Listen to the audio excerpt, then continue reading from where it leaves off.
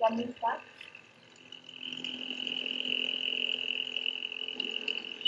Rohan? Yes, ma'am. Law is not a trade, not briefs, not merchandise, and so the heaven of commercial competition should not vulgarize the profession. The law barks all, but only bites the poor, the powerless, the illiterate, and the ignorant. In a speech by Her Excellency, Srimati Pratibha Devi Singh Patil, the former President of the Union of India, at the inauguration of the All India Seminar on Judicial Reforms, litigation being expensive, approaching courts without legal aid is a daunting task for the poor and vulnerable. I urge the lawyer community to drive positive reform and quality in the profession and help in building a just and benevolent society. In an address by Honorable Mr. Justice P. Sathisivam, the former Chief Justice of India, at the launching of legal aid clinics organized by the National Legal Service Authority at the Supreme Court, he said, "The paralegal volunteers and lawyers are the backbone of the scheme. Only on your vibrant service this scheme will derive the momentum to thrive." Good morning to one and all present here today. We welcome respected Father Director Praveen Hridayaraj, respected Principal Dr. Pratima Prabhakar, members of the faculty and students. Today marks the inauguration of the Legal Aid Cell of St. Joseph's College of Law. The Legal Aid Cell holds a place of special importance in a law school as there is a duty cast upon us as prospective lawyers to further the cause of justice and spread legal awareness among the marginalized and backward classes of society. With that in mind, the Legal Aid Cell seeks to attain these ends by conducting several programs to spread awareness. We will now have the inaugural address by our director, Father Praveen Hridayaraj. Good morning, respected Principal Dr. Pratima Prabhakar, our beloved faculty members and resource persons, student coordinators, and my dear loving students. It's a great day for us at St. Joseph's College of Law today as we are inaugurating the Legal Aid Cell and celebration of National Legal Aid Service Day. I must bring to your notice as we are inaugurating this Legal Aid Cell. You must remember, dear friends, that 7 in 10 Indian prisoners are awaiting trials. And those who are waiting, whom we call the under trials, it is said by the research that 1 in 3 jail inmates is a Dalit or Adivasi.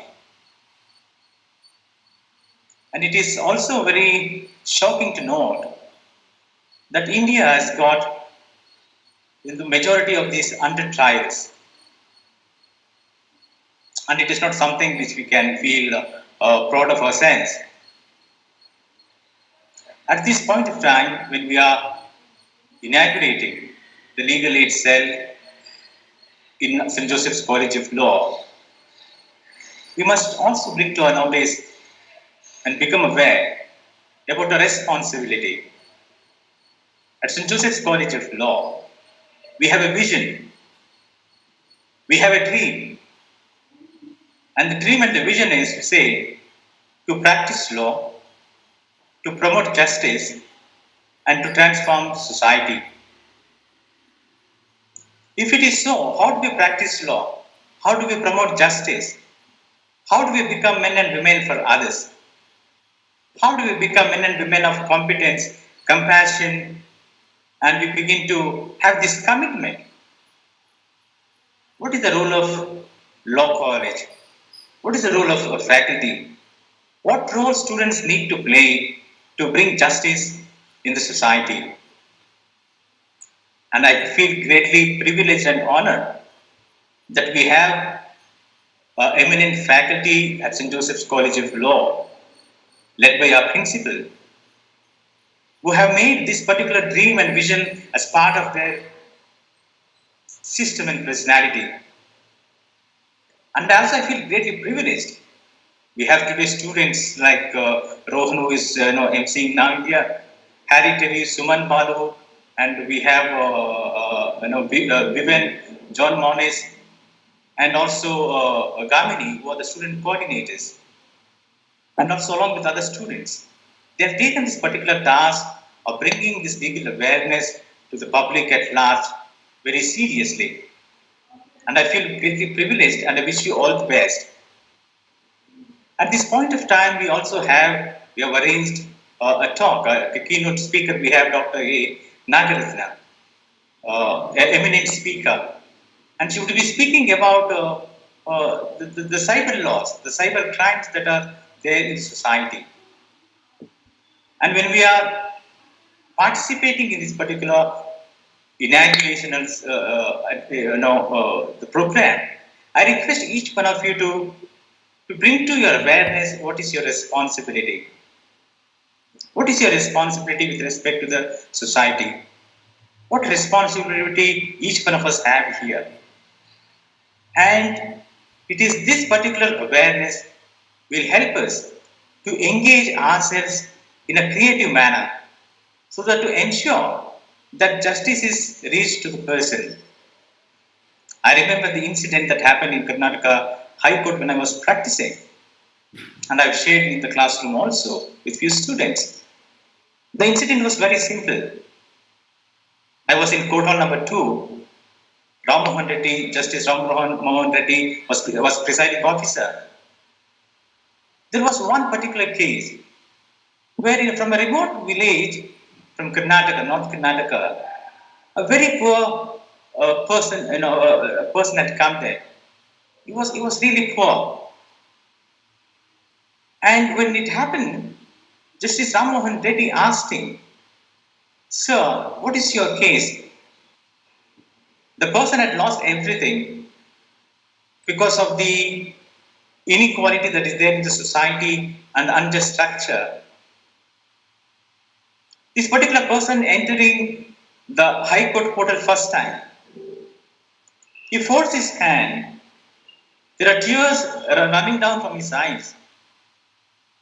He looks at the judge because he is very much sure after 10-15 years of legal battle that he has lost everything, every property, every respect that he had, he has lost it. Nothing is remaining for him.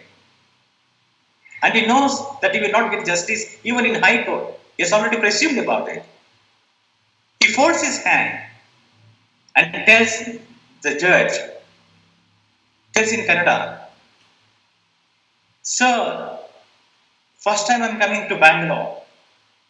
First time I'm entering this particular so-called Nyaya Degula, abode of justice, a place of justice where God is supposed to reside. But I'm sure that I will not get justice here. And I'm also not looking, expecting to get justice here. I'm broken. I've lost everything. Nothing is left. Nothing is left. I'm at the verge of death. You may not give me justice, but after my death, when I go to heaven, the God of justice, He will give me justice. I'm not expecting justice from this hall here. I know that God will give me justice, and that is a final justice for me." Dear friend, there was a pin drop silence in the court hall, including Ram Mohan Reddy and all the senior advocates and others. At that point of time, it was a sacred time, a disturbing and challenging time for all of us. And there were tears in the eyes of every person. This is the state of a judiciary. There are lakhs and lakhs of people languishing in the jail, under trials. The poor, the marginalized, the tribals, the Adivasis, the Dalits. These are the people who are languishing, looking for justice. And I'm sure This inauguration will help us not to make them say that they will get justice after their death. This legal aid service, what we are inaugurating here, and the talk that we will be listening, will help each one of us to realize the dream and to have this compassion and empathy for those who feel that they would not get justice. Let us be the bearers of justice.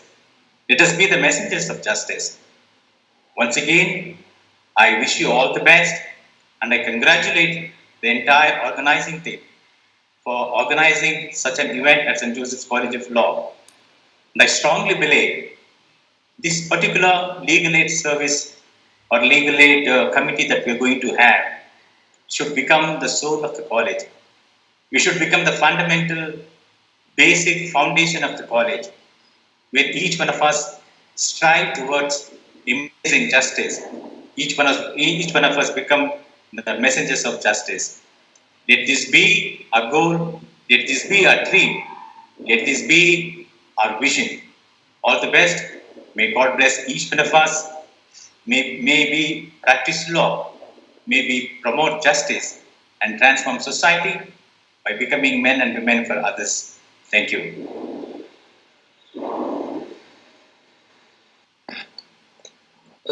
Thank you, Father, for that thought-provoking and inspiring address.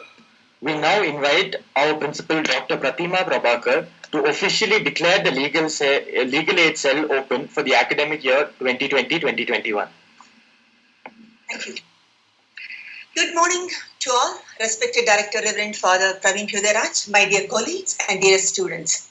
I'm very happy to address you all on this auspicious occasion of the inauguration ceremony of the legal aid cell for the academic year 2020 and 21. On this purposeful occasion, I would like to extend my warm wishes and heartfelt congratulations to the eminent faculty leaders, team leaders of legal aid cell, Dr. Sneha Balaraj and Ms. Aishwarya, and the very humble student coordinators, Harry, Vivain, Rohan and Gamini. Thank you all so much for taking up the task of associating with this particular cell, which is very close to all of our hearts. This cell has become more indispensable like never before at the recent times when our fundamental rights and constitutional rights are at stake. And various government institutions are highly criticized because of its lack of empathy towards the vulnerable sections of the society affected due to the COVID-19 pandemic. Our sincere wish is that our students should be the voice of voiceless victims and uphold the rights of the people, brand ambassadors of justice and instruments of positive social change in the society, spokespersons for the vulnerable and victims of various kinds of atrocities. The bright future of India is in your hands of the youth. If you decide, nothing is impossible. If you determine, you can make people's life more peaceful and happy by standing for them for their rights. Always mine and the director and all our faculty members' dream is to have a very active and happy legal aid cell at our campus so that we can extend free legal aid and advice to the needy people and weaker sections of the society. Legal Services Day is celebrated to make people aware of the various provisions under the Legal Services Authority Act and the rights of the litigants. Each jurisdiction organizes Lok Adalats, legal aid camps, and legal aid programs. Every citizen of the country, irrespective of caste, creed, religion, race, or wealth, should have access to free and fair judicial system.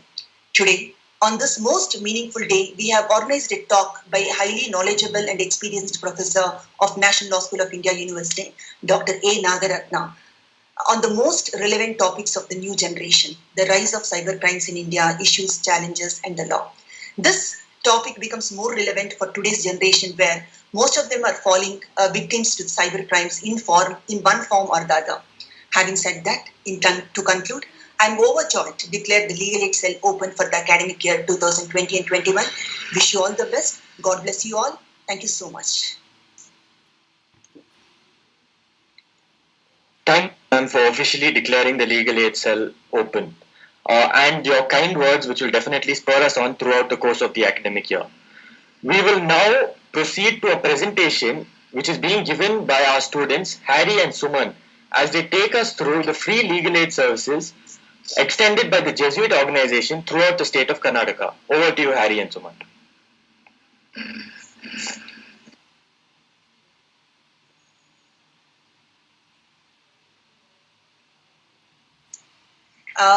Before Harry starts, one assurance I would like to give for this particular cell. I don't think our Reverend Father Director or me or faculty members will definitely, whatever programs you do it becomes our, no, we will not leave any stone unturned. We will help you or will extend all our help in this for this very very meaningful cell. We will have all our cooperation. We will be there. We will assure you on this auspicious day, Sneha, Aishwarya, and all the coordinators. We'll assure you on behalf of director, on behalf of me, behalf of everybody, the management, we'll assure you we'll do whatever possible at our end. Thank you so much. Thank you, ma'am. Thank you, ma'am. Dear friends, good morning to all of you. At this few minutes, I would like to give you a bird's eye view of the socio-legal intervention of Jesuits in Karnataka. And why do I say socio-legal? Because to say that we don't have a specific legal aid center as such, which is instituted or organized by the Society of Jesus, the Jesuits in Karnataka, but they are very much involved in the social, in the work of promoting legal awareness and also providing legal help. So that's what we will be seeing in the next minutes in various parts of Karnataka. The main focus has been towards the protection of human rights and constitutional rights of the poor, the marginalized, and the oppressed people in the society. The whole thing begins in Ashirwad. It is very much present or placed in Bangalore. So the origin of legal aid work of the Jesuits begins with the Center for Non-Formal and Continuing Education at Ashirwad. The main aim was to promote networking among social activist groups. There are several groups which are present in Bangalore working for the marginalized groups. So therefore, the vision and aim was to network with them in order to have a better effective social intervention. So the center also helped to provide legal awareness and also support regarding land rights for the slum dwellers in Bangalore. As we know, there are several slums which are present here. So therefore, the center wanted to give awareness with regard to the land rights to all of them. The center also promoted advocacy to tap the resources on the political front as well, because it's just giving awareness is not sufficient. So therefore, we need to go a step ahead and also need to help out with this advocacy with the political front, so that a policy influence could be made. These are the pictures that you are seeing of the various activities that are taking place in our various centers. We have got the awareness sessions being given, and also there are protest rallies taken up in various places. In this picture, we also see about our own SJCL, the law college, taking up a protest, and in several centers. Then we have Anekal, which is a neighboring taluka in Bangalore itself. A center was started in 1971. The work was mainly concentrated on enhancing the economic development and the basic education in the villages. And later, in the post-national emergency, the task was to take up adult education and preschool education, and also spreading the social and legal awareness amongst, especially the Dalit community and as well as the backward class groups. In 1981, a Jesuit team equipped with the legal expertise was sent to work there, and they promoted the Dalit rights and fought against bonded labor issues, which was very much prevalent in those days in that place. So it gave birth to a bigger movement, the bonded labor issue, which was taken up, and later it was formed as Jivika, which is still is actively involved. And to the date, it has almost freed more than 30,000 bond laborers in Karnataka. And these are the various works of giving awareness, children's activity, bringing children together and giving them awareness, and also tailoring center, that is vocational training, so that their livelihood aspect also is taken care. Uttara Kannada district, this is a place called Mundgod, is a taluka. where we landed in 1981-82. The main focus of work was amongst the Siddhis, the Gaulis, Lamanis, Golla, and other backward communities. Here, one thing to mention is with regard to the Jesuits who went and stayed in the Siddhi community. The Siddhi community, most of us may not be aware of this community. It is an African origin community. It is very much adapted to the Indian and the Karnataka culture, and they speak our language. And there are Hindus, there are Muslims, and as well as Christian following Christian religion and other religions in this among this community. And one priest, Jesuit priest, who worked for their welfare and also succeeded in helping this community to be recognized and notified under scheduled tribes list. Earlier, they were not part of this. They were not considered as scheduled tribe, but somehow with this work, he was able to bring them and notify and help them get this status. Then, due to the problem of seasonal migration, that is, so what happens is they have always a problem of drought. So therefore, they get to work only 6 months. Their crops are heavily influenced by the rain season. So therefore, during the rainy season, they work in their own native place. But later, they don't have work. So therefore, they move to the Malenad area and to the southern Karnataka. But the issue here is the problem here is that the children are also taken sometimes to that place, so that they lose, and because of that they lose their educational opportunity. So therefore, what we did was there that a school, vocational training center was opened, and we also have started several village hostels, which is taken care by the center and also in collaboration with the villagers. So their own children are there in different village hostels. So that when the parents they migrate to other parts, at least children are here and they're taken care and their education is taken care. So this was to say or mention even before RTE, this idea was taken up by the center. So these are the various pictures of children. We can see the Siddhi community there. It is there in the first picture, and there are also several training programs which is taken up, and also rally and protest by women in that area. Then the forest right. In the same place, there is another issue is that Siddhi and Gaudi communities live in the deep forest, because that area covers a lot of forest area. So therefore, they live in the deep forest.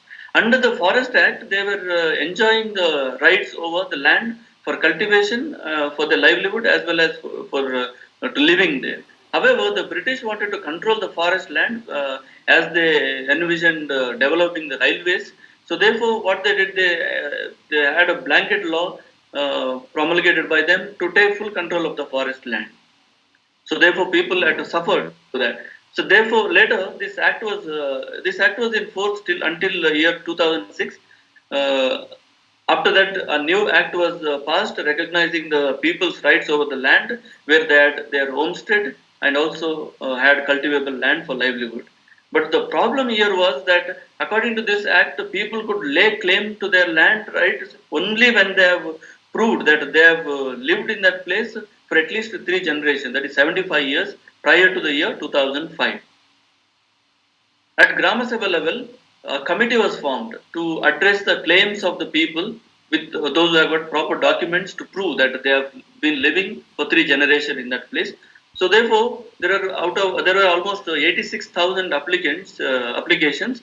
Unfortunately, only 2,500 application could be did have proper documents. So therefore, the rest of them were rejected. Hence, what our center did was to take up this issue with the concerned officials, and also started the work of retrieving the occupancy records of these people who are living in the forest areas through their electricity bill, and also to go to the gazetteer and the old gazetteers and find out about any trace of their existence in those kind of places prior to the year 1930. Now, next we go to the center called Bijapur. Very interesting to note that in 1990, the Jesuits landed in Bijapur during the Latur earthquake, which some of us might be aware of, for a relief work. But later, the Jesuits remained there in that place, and they started a center in Bijapur district in the center, in the city center. And the main intervention there of the Jesuits began mainly with the slum dwellers. It is interesting to note that there are almost 91 slums in the entire city, in the main city alone. And we work among the 72 slums in that place out of 91. The main issues facing the slum dwellers is the land ownership and also the basic amenities, which are always denied for them because they don't have their own land right or their land document. So therefore, they don't get like sometimes electricity, water facility, proper conveyance and road, etc. So therefore, these are the main issues they have for a dignified living. So therefore, we are fighting with regard to that also in that place. The center provides awareness about land laws. We have created groups, small groups, the slum committees we call, and women's SHG groups and senior citizen group as well, and several other groups of people, so that we can give them various awareness with regard to land laws and make efforts to enable government declaration of the slums. That is very important process in getting this land right for each one. That government has to declare that slum has to be declared. Only then they can also build houses. So therefore, there are some declaration already done. So therefore, we build houses for them in the place of the existing huts. They always live a life of uncertainty. The slum dwellers, because they do not know when they will be evicted from that place. So therefore, what the center does is that along with the slum dwellers, we hit the street regularly. Hunger strike is taken up. Blockading of the government offices also taken up to stop this eviction. Interesting to note that even our director for the Praveen there also had to go through this hunger strike when there was a possibility or a movement towards evicting one slum. So these are the various activities that take place: regular protest and memorandum submission to the Kolageri. That Kolageri is the slum board which is there, and awareness and memorandum to DC and several other activities and awareness programs take place there. Then we come to Raichur district. We have a place called Pannur and Manvi. These are Manvi is a taluka where we work. This center was started 2 decades ago, exactly 2 decades ago. Here the center works mainly among the Dalit communities. The Dalit discrimination and atrocities are quite rampant in this region, though in a very subtle way. And the Jesuits have built educational institutions up to graduate level of education to empower the Dalit community. And to note, when we started the work there were many cattle grazing boys and girls. So therefore, we had to bring them to our institutions and give them education. And now it is very happy to note that several of them are in doing very well in their job career and in their life.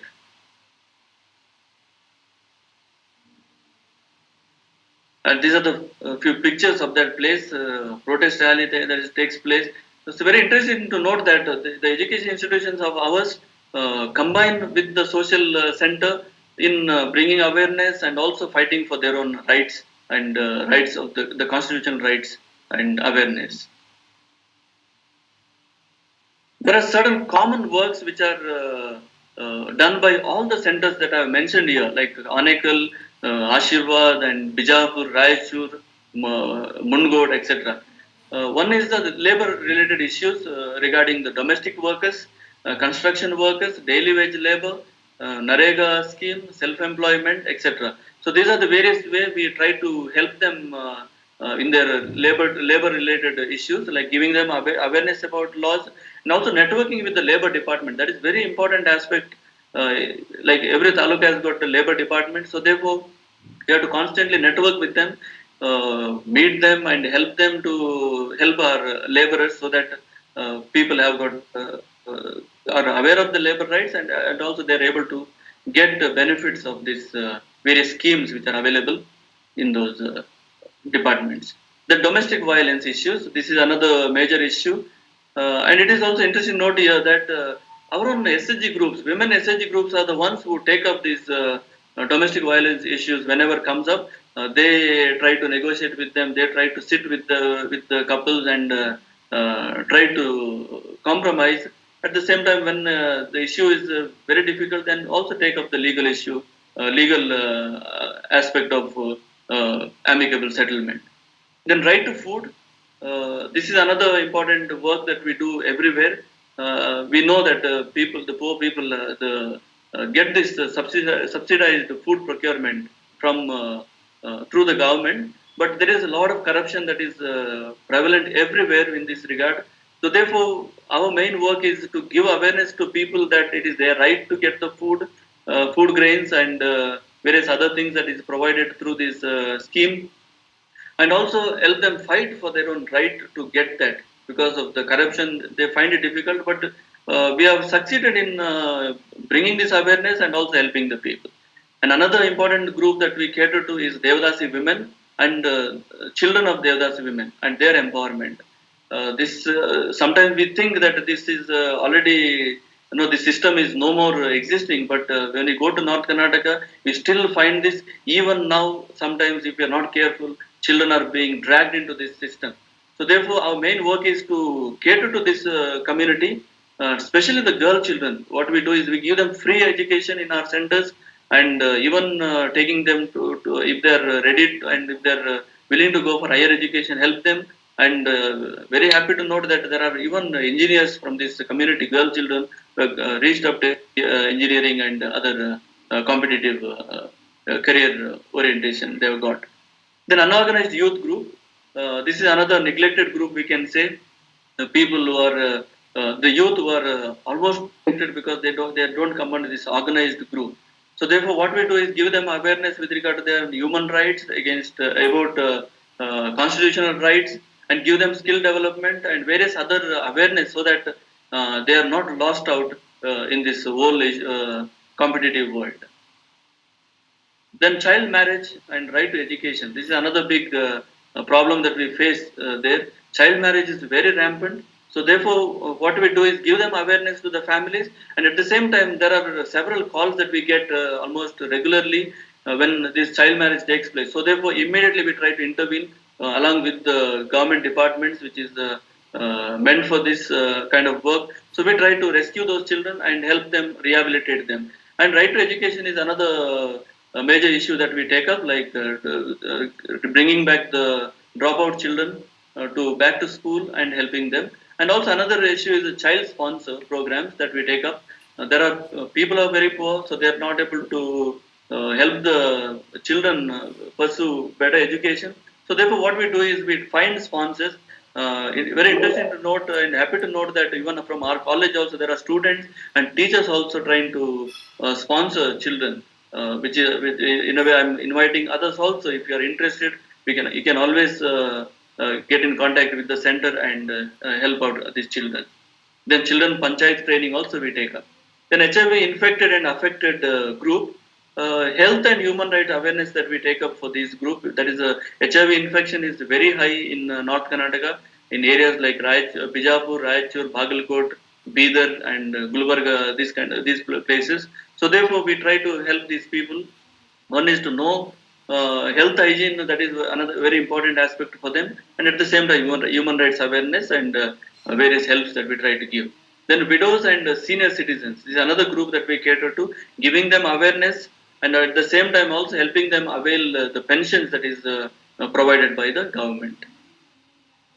In conclusion, in all these works, the vision is very clear for us: protection of legal and fundamental rights of every human person, with a preferential option for the marginalized and oppressed communities. And the goal is always to enhance the dignity of human life and enable a humane society. And if you look at the symbol that is there on the right hand side, educate, accompany, emancipate, empower, and transform. This is the goal with which we work, the Society of Jesus in Karnataka, the Jesuits in Karnataka work among these people. So thank you.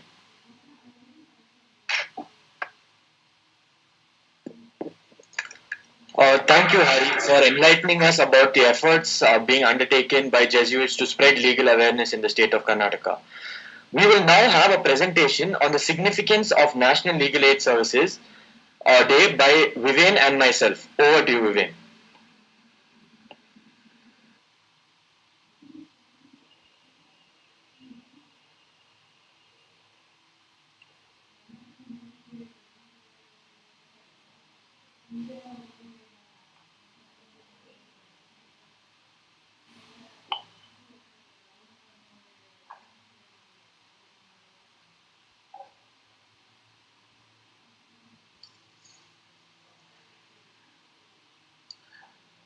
Good morning to all of you. In this presentation, we will be looking into the actual Legal Service Act 1987. Who are eligible to this act, and what is the significance, historical significance, and what is the scope and objective.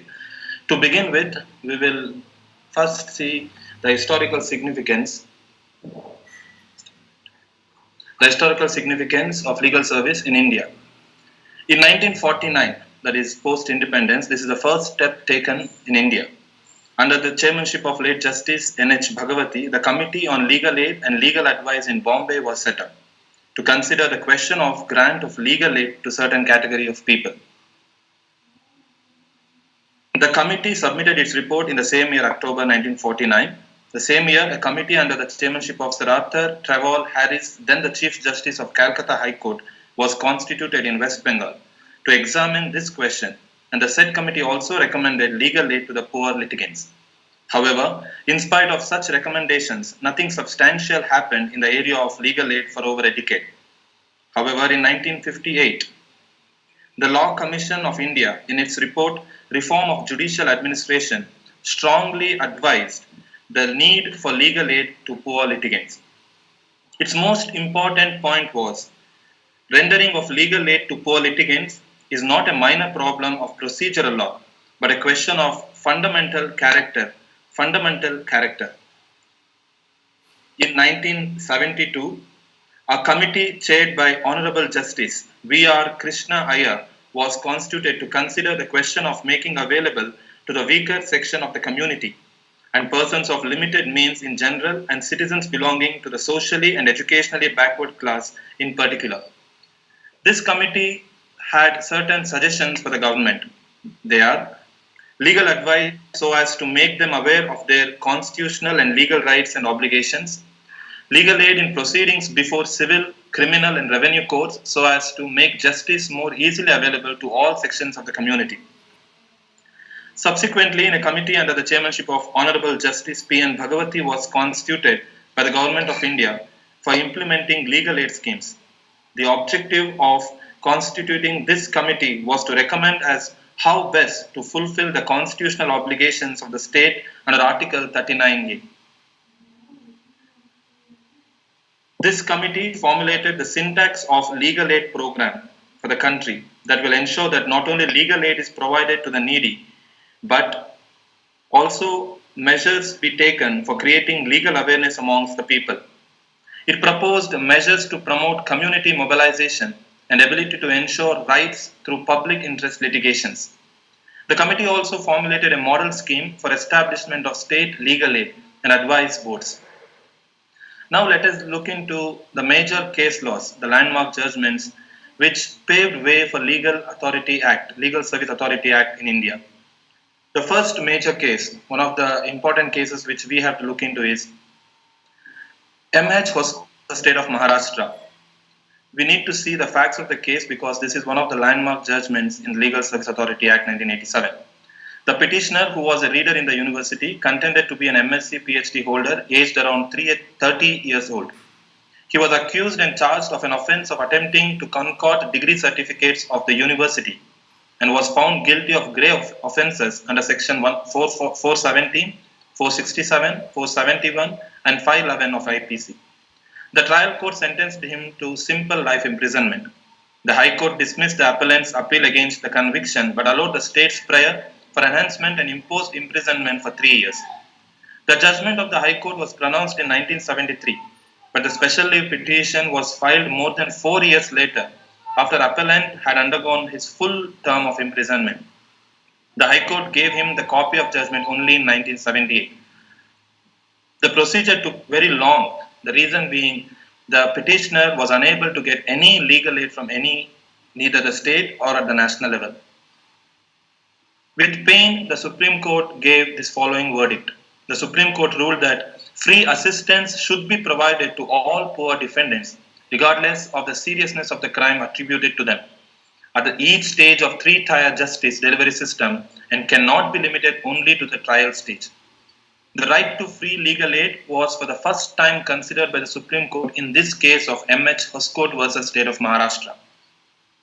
Justice Krishna Iyer who delivered the judgment took into consideration Article 14, Subclause 3 of International Covenant on Civil and Political Rights 1966, pleasantly explained the importance of the free legal aid of an indigent and poor accused.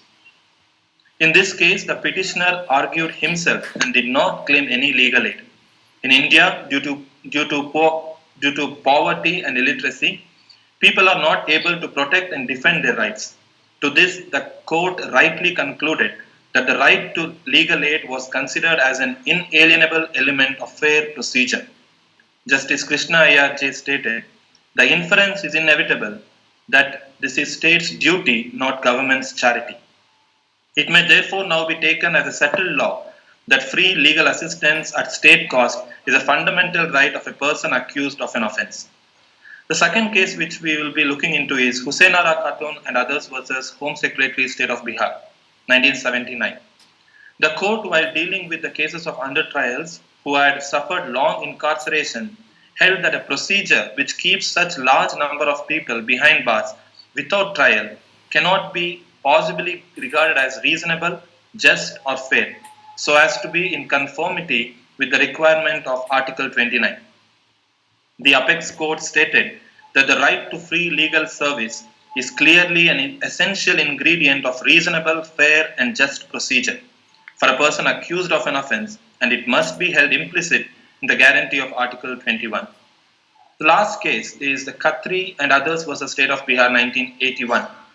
In this case, Justice Bhagavati J. observed, why should the court not be prepared to forge new tools and devices, new remedies for the purpose of vindicating the most precious of the precious fundamental right to life and personal liberty?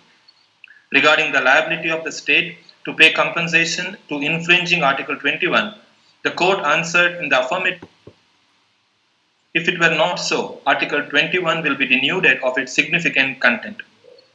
The court stated that the state was under constitutional mandate to provide free legal aid to an accused person who was unable to secure legal services on account of indigency, and whatever was necessary for this purpose has to be done by the state.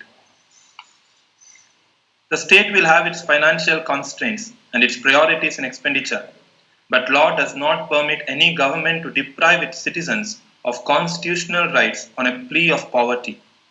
The Supreme Court further stated that it was unfortunate that though it had declared the right to legal aid is a fundamental right of an accused person by a process of judicial construction of Article 21, most of the states in the country had not taken note of this decision and provided free legal service to a person accused of an offence. Based on the above recommendations and landmark judgments, the Legal Service Authorities Act was promulgated by Parliament in 1987. One of the objectives of the Act was to provide free and competent legal services and to ensure opportunity for securing justice to the downtrodden class of society. After the enactment of the Legal Service Authority Act, the states have enacted legislation or adopted schemes for providing legal aid and also to create legal awareness. Until now, the Legal Service Authorities Act 1987 has undergone 2 amendments, same being the Legal Service Authorities Amendment Act 1994, the Legal Service Authority Amendment Act 2002. Thank you. Over to Roshan.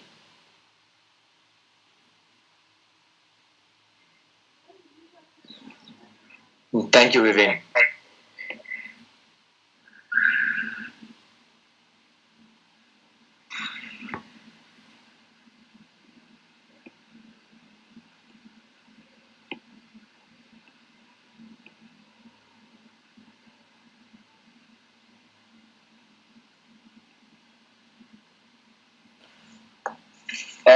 As the historical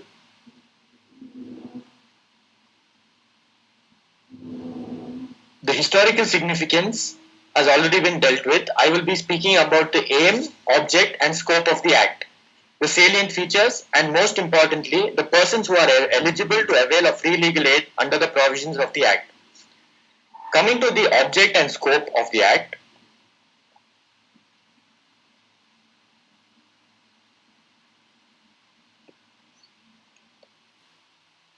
the Act sought to provide a mechanism which could facilitate the extension of legal aid to weaker and socio-economically disadvantaged sections of society.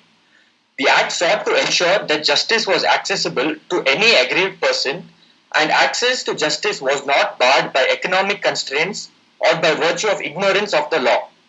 Under Article 14 and 22 of the Constitution of India, the state is required to promote equality of all and promote justice on the basis of equal opportunity. The Act also gives effect to Article 39A of the Constitution, which casts upon the state the duty to provide free legal aid to weaker sections of society and thereby enabling all persons to have an opportunity to secure justice. The Act sought to provide a statutory base for uniform implementation of legal aid programs across the country. The Act provides for a decentralized nationwide platform to extend legal aid to all those persons who are in need. Though the Act was enacted in 1987, it was given effect only in 1995, when the National Legal Services Authority was constituted. This body formulates the policies and principles that will be followed by the legal service authorities across the country. The National Legal Services Authority was constituted in December 1995 under the chairmanship of Honorable Justice A.S. Anand, and it is the apex body which formulates principles and policies to provide legal services under the provisions of the Act. The Act applies throughout the territory of India and lays down a uniform mechanism for the dispensation of legal aid across the country. The salient features of the Act. The Act provides for a four-tier system. The Act provides for the establishment of legal service authorities at different levels to provide for the efficacious discharge of legal services. The Act also provides for the establishment of a Supreme Court as well as High Court legal service authorities. The functions of all the legal service authorities have been clearly defined in the Act so as to avoid inconsistencies and inefficiencies while discharging its duties. The Act also provides for the organization of Lok Adalats and permanent Lok Adalats, which demand no court fee and dispense justice at a more reasonable cost. The hierarchy of the legal service authorities across the country is as follows. At the apex level is the National Legal Services Authority, which lays down the policies and principles for making legal services available under the provisions of this Act. Subordinate to the National Legal Services Authority is the State Legal Services Authority, and it shall be the duty of the state authority to give effect to the policy and directions of the central authority and to discharge the same at the state level. Subordinate to the State and National Legal Services Authority is the District Legal Services Authority. The duty of the District Legal Service Authority is to perform such functions as the state may delegate to it from time to time. The Taluk Legal Services Authority is one step below the District Legal Services Authority and coordinates the activities of legal services within the Taluk. It may also be required to discharge other duties which may be delegated to it by the District Legal Services Authority. Most importantly, we will now come to the persons who are entitled to free legal aid under the Act. The persons who are entitled to free legal aid under the Act are enumerated under Section 12 of the Act. Any person who falls into any of the following categories may avail of free legal aid under the Act. Scheduled caste and scheduled tribe, victims of human trafficking and beggar, women and children, persons with disabilities, persons under circumstances of undeserved want. This refers to victims of natural disasters, ethnic violence, and unforeseen natural circumstances such as floods, etc. Persons who are in custody of a protective home, juvenile home, or psychiatric care are also entitled to free legal aid under the Act. The Act also provides for an economic and financial threshold under which individuals falling under a certain income group may approach any legal service authority, and they are also entitled for free legal aid under the Act. If any individual approaches a court other than the Supreme Court of India and is earning a sum less than rupees 9,000 annually, he is eligible for legal aid under the Act. If an individual is earning less than 12,000 rupees annually and has a case before the Supreme Court of India, he may avail of free legal services under the Act. This amount may be increased by the appropriate government from time to time, depending on the circumstances and nature of the prevailing situation. With this, I would like to conclude the presentation and would like to invite Dr. Sneha Balraj, the faculty coordinator of the Legal Aid Cell, to introduce our distinguished speaker for today's program. Thank you, Rohan. Good morning, everyone. I take this privilege to introduce the speaker of today's session, Dr. A. Nagaratna, Associate Professor of Law, Chief Coordinator, Advanced Center on Research, Development and Training in Cyber Laws and Forensics, National Law School of India, University, Bangalore. Ma'am has bagged 5 gold medals in her LLB studies. So she completed her LLB from Bangalore University and Masters of Law from Bangalore University as well. Ma'am has completed a PhD in Medical Negligence from Gulbarga University in the year 2012. She is currently pursuing her LLD, that is postdoctorate study on cybercrime, investigation and prosecution from National Law School of India University, Bangalore. She has NET and JRF qualified in the year 2002. She began her teaching career at Kelly Law College in the year 2001. She served in Kelly Law College for a period of 5 years, and then in the year 2006, she joined National Law School of India University as an assistant professor. Currently, she is holding the post of Associate Professor of Law at National Law School of India University, Bangalore. Ma'am's subjects of interest include criminal law, cyber laws, cyber forensics, and medical laws. She currently holds various posts as a chief coordinator, Advanced Center on Research, Development and Training in Cyber Law, Forensics, and is heading the Center of Cyber Forensic Lab at the National Law School of India, University, Bangalore. Ma'am is also a course coordinator, Advanced Certified Course on Criminal Laws to the officers of CBI. She is course coordinator, postgraduate diploma in cyber law and cyber forensics, National Law School of India University. And she also holds the post of chairperson, Sexual Harassment Inquiry Committee at National Law School of India University. Ma'am, in relation to her, has visited various countries, delivering a lecture on in a specialization, countries like United States of America, Canada, Singapore, as well as France, to name few. She has contributed to the state policies committees constituted by state government as well as central government to give her opinion as a committee member on various policy schemes. She has the experience of working with various external committees. To name few, she is a member of Criminal Justice System Review Meetings, Ministry of Home Affairs, Central Government, New Delhi. She has currently holding various posts as a Board of Examination member, as a Board of Education member, as a Board of Studies member in reputed universities like Bangalore University, Christ University, Rajiv Gandhi University of Health Science, Karnataka, and Dr. Ambedkar Institution of Technology, Bangalore, to name few. She has edited 4 books on cyber laws and also has authored chapters on cybercrime laws. She has published books, several articles, contributed chapters to various international and national journals and books.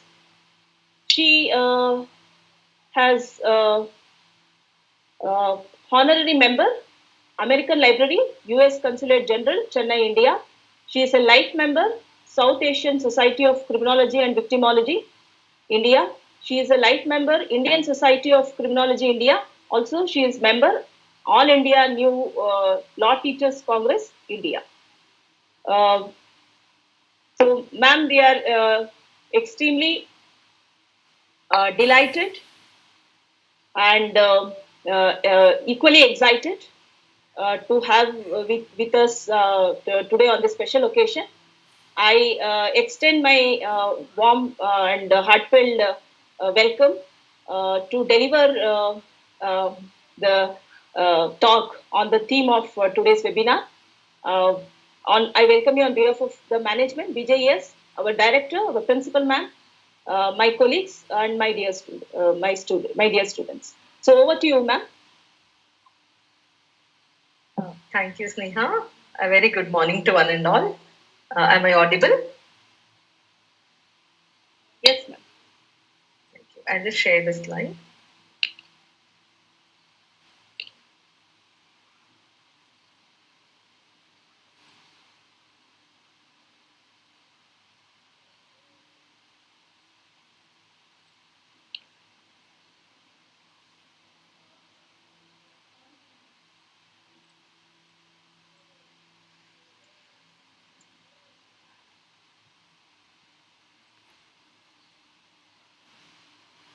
Okay, is the slide visible?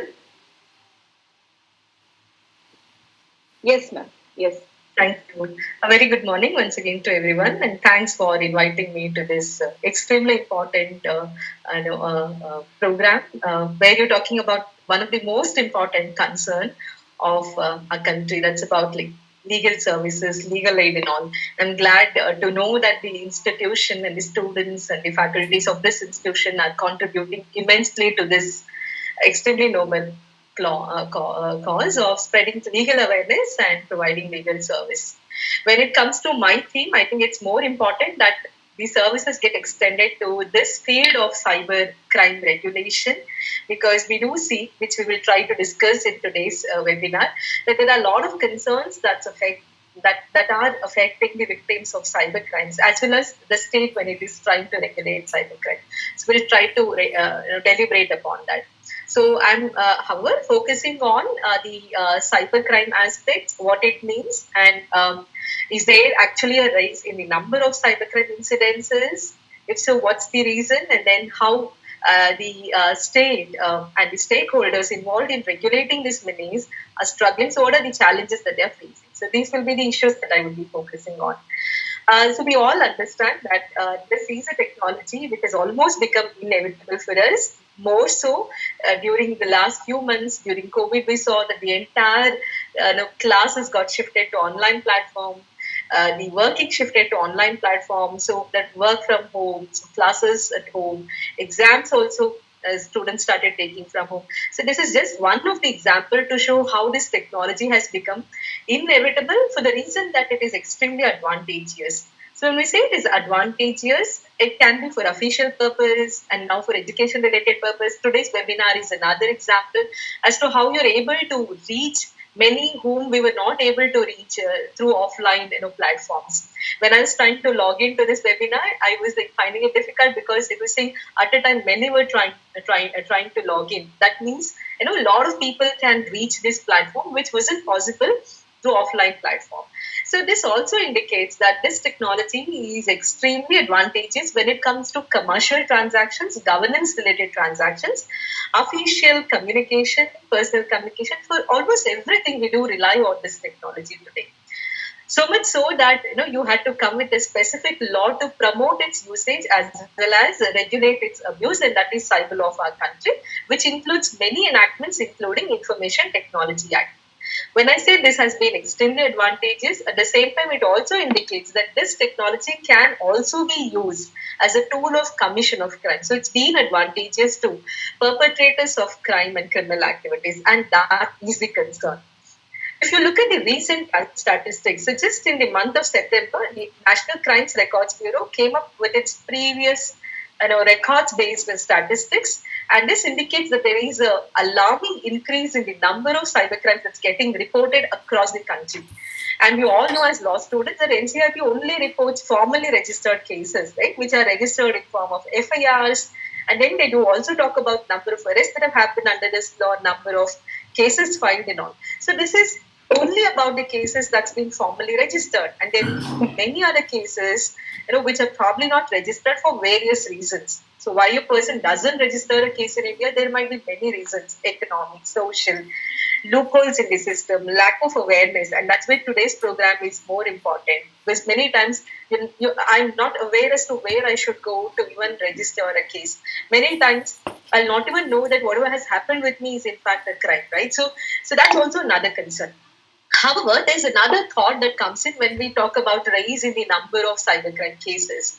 So there is an argument that this rise is not because there is some increase in the number of crimes that are committed, but it's also because of increase in the awareness. So probably that's also true. Secondly, it's also because now you have both platforms where one can go and register the case, unlike few years back.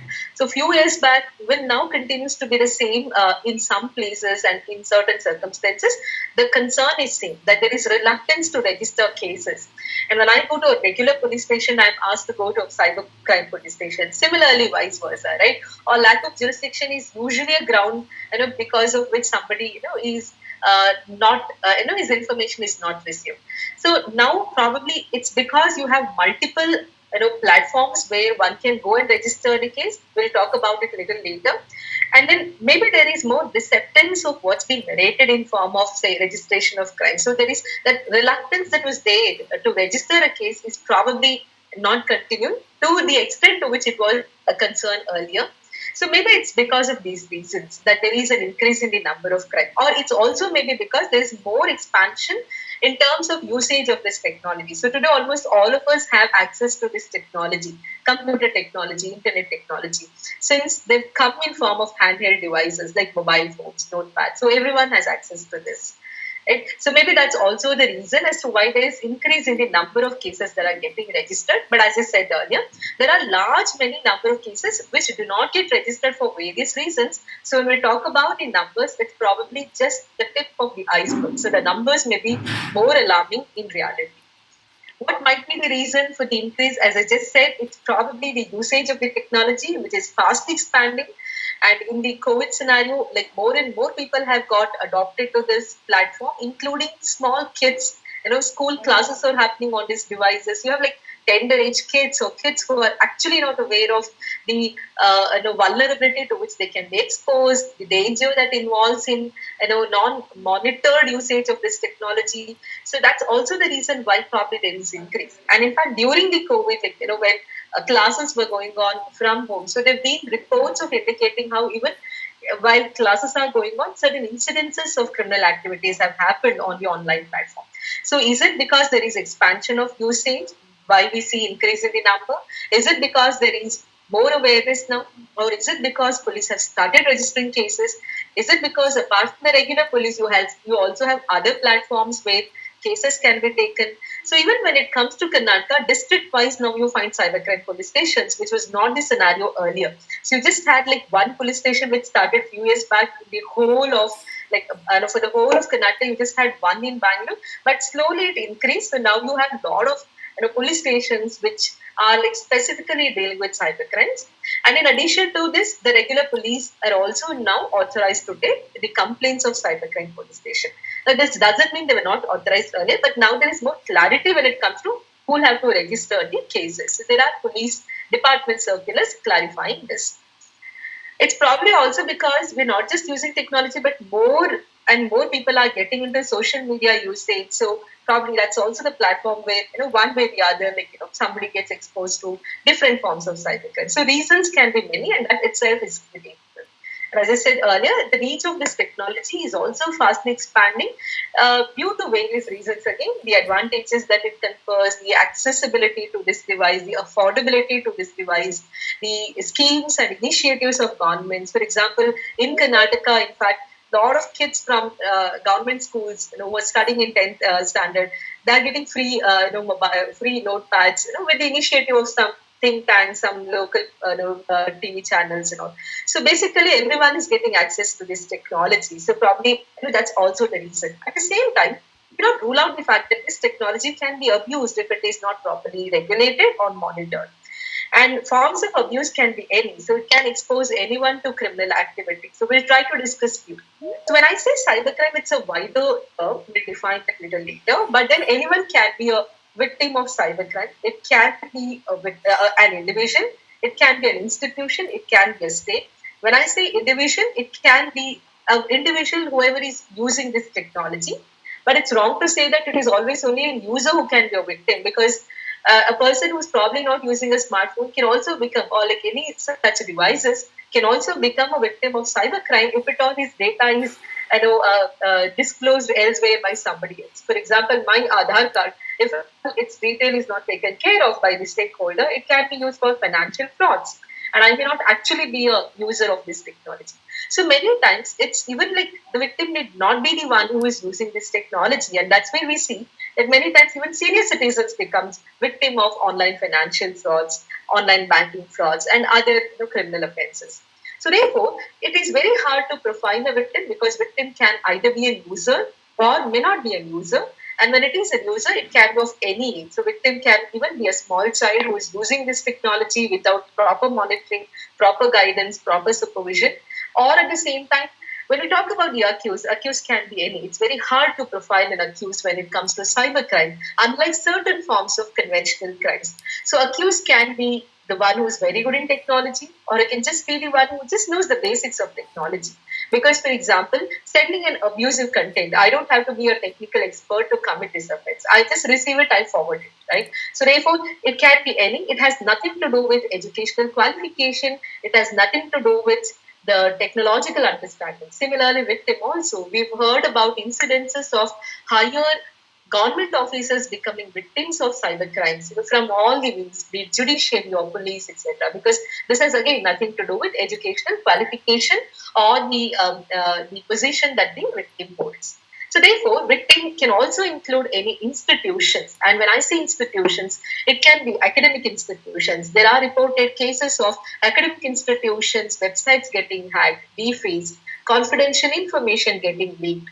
Right? So therefore, institutions can include any nature of institution, banking institutions. So today, in fact, that also indicates another reason as to why there is increase in the number of crimes that is getting reported. RBI clearly mandates banks to report about the cyber attacks that they become affected with. So there is another source of information from where we know how many online banking frauds or other forms of cyber attacks have been waged against banking infrastructure. So therefore, coming back to who can be a victim, institution can also include public or private institution. And again, state can also be a possible victim, and that is with reference to cyber terrorism, cyber warfare. I'm referring to state as a victim. So many times, even recently, just one social media post led to disturbance to law and order in Bangalore. Or similarly, even during COVID regulation, so we saw how certain messages that got transferred through social media platforms led to violent attack on healthcare workers. So the concern has been how this technology can be misused against anyone, be it state or states agents or including individuals. There are a lot of reports which talks about how India is also facing a problem because of abuse of technology. A study conducted by UK along with the government agency along with an academic institution a few years back indicated that India is the 5th country in the world for having losing economically because of online financial frauds. So it's only with reference to online financial frauds that they were reporting. And being 5th in the rank in the entire world definitely is a matter of concern. And that's the concern. So this is all about the incidences that's getting committed. But when it comes to cases that actually gets decided and also leading to orders of conviction, it's not a good number. So on one hand, you have number of cases increasing, the crimes that are increasing, but on the other hand, number of convictions are very less. This itself is an indication of the fact that a lot of challenges that the state faces, the law enforcement agencies faces. Otherwise, also the very cybercrime, the manner in which we're handling it, the manner in which we are regulating it needs a review, needs a revision, needs a relook, because probably there's some error that we're committing, because of which we're not getting that effective regulation of cybercrime. Right? So also in terms of number of convictions, it's not a good number. And the fact that this crime has almost entered every domain can't be ruled out, be it financial sector, health sector, any other sector. And it has started affecting more number of people compared to conventional crimes. Right? So with this technology used as a tool, I can target any number of people at any point of time. So there are no constraints of geographical limitations in terms of time or in terms of number of people who can be attacked. So it can, provide me access to many from different countries. So therefore, many times financial frauds, because of which Indians become victim, are the ones that have like emanated from other countries, right? Phishing attacks, etc. So that's the concern. So therefore, cyber crimes are nothing but a new way that the criminals have adopted in committing criminal activities. That is by way of using this technology. Even now we use the word new crime, but if you look at the IT Act, Information Technology Act, so this was enacted in year 2000, and now we're all we're in 2020. So we completed 20 years from the date of its enactment, which was actually done in the month of October. So that we've completed 20 years, and we still are struggling to comprehend this, struggling to come with a proper strategy to regulate this. That's because of the fast changing nature of this technology, which also leads to changes in the forms of cybercrimes and changes in the concerns that needs to be taken care of by the state and the law enforcement agency. None of the provisions of the laws in India, including Information Technology Act, defines this term.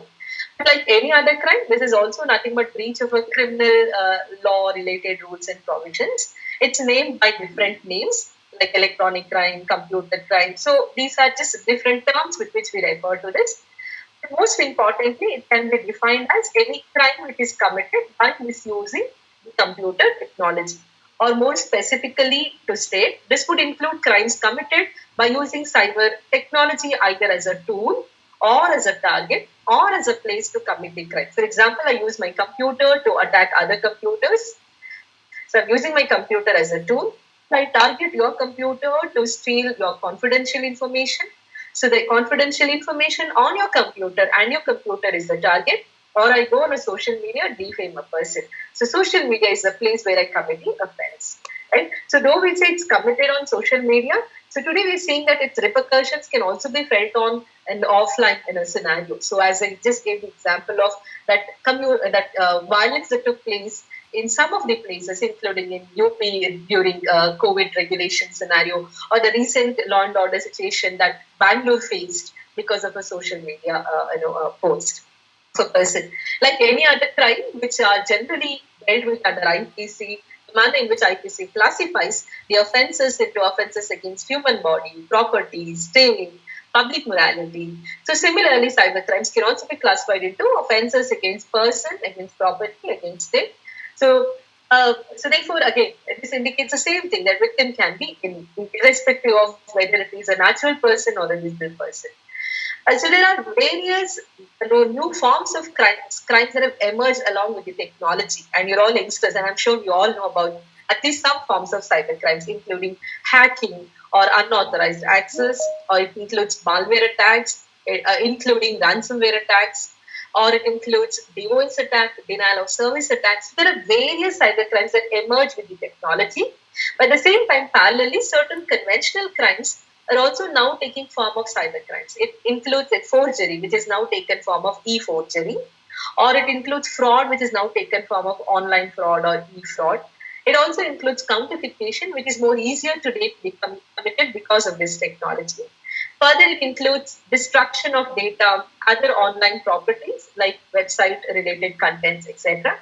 It also includes defamation, which is today taken form of cyber defamation, while on one hand, we do have laws respecting and protecting our freedom of speech and expression, but on the other hand, if it leads to defamation, we have provisions under which it can be regulated.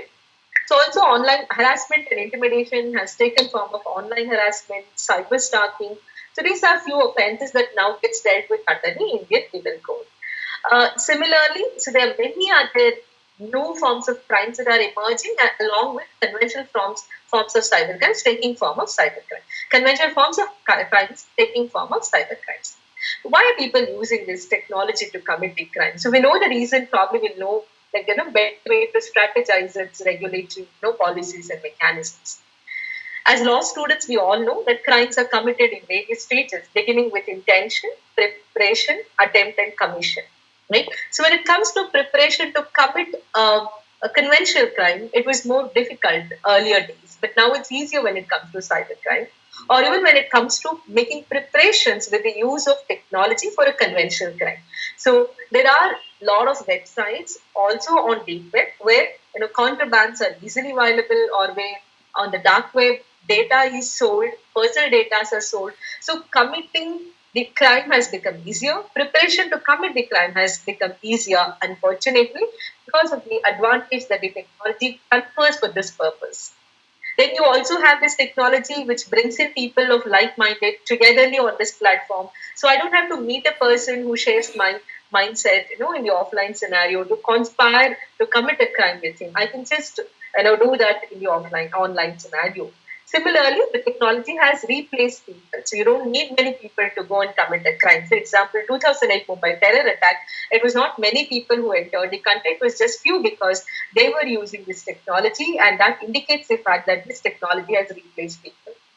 And this technology's uniqueness is it provides anonymity to the offender, or privacy or invisibility to the offender. So thereby posing another challenge to law enforcement agencies. So unless it's properly investigated with all forensic process, other intelligence inputs, etc. So unless it's carefully investigated, it's very hard to find the wrongdoers. So because this technology provides anonymity. And who are the offenders? As I said earlier, very hard to profile.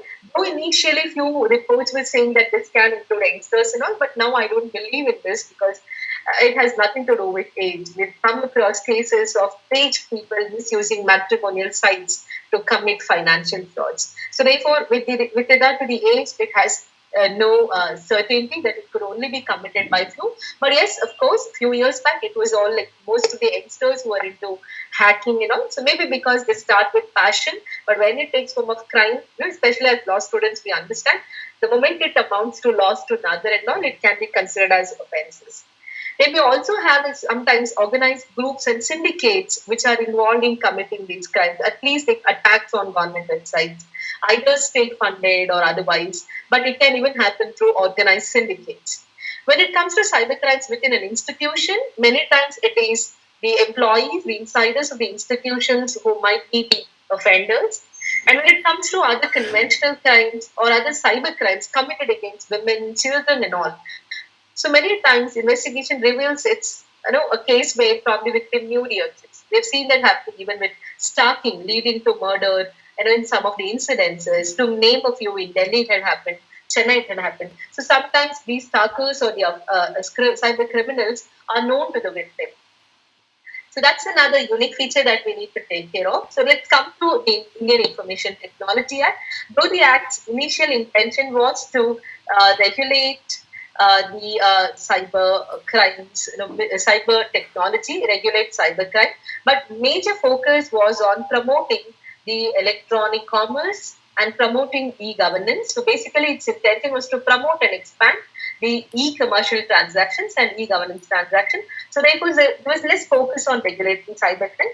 However, when the enactment came, parallel amendments to other laws were brought in so that evidentiary aspects could be dealt with. So we made amendments to IPC and Indian evidence law. So that's how some conventional crimes also gets addressed through IPC. So but otherwise, the enactment that came in 2000 underwent extremely important changes in 2008. So now this is the current law framework. I won't get into the exact definitions, but I'll try to explain the framework. So for certain cyber wrongs, the offences committed, I can file civil cases and then seek for compensation. And for certain offences, I can file criminal cases if I'm particular about criminal liability. Now coming to the civil offences, Section 43 is a very vast section. We'll read that little later. But this is so vast that it can include hacking, data stealing, data destruction, internet time theft. So many other offences comes under Section 43. But I'll come to that little later, as I said earlier. But 43A is very, very crucial at this point of time, at least till PDP bill comes, at least till personal data protection bill comes.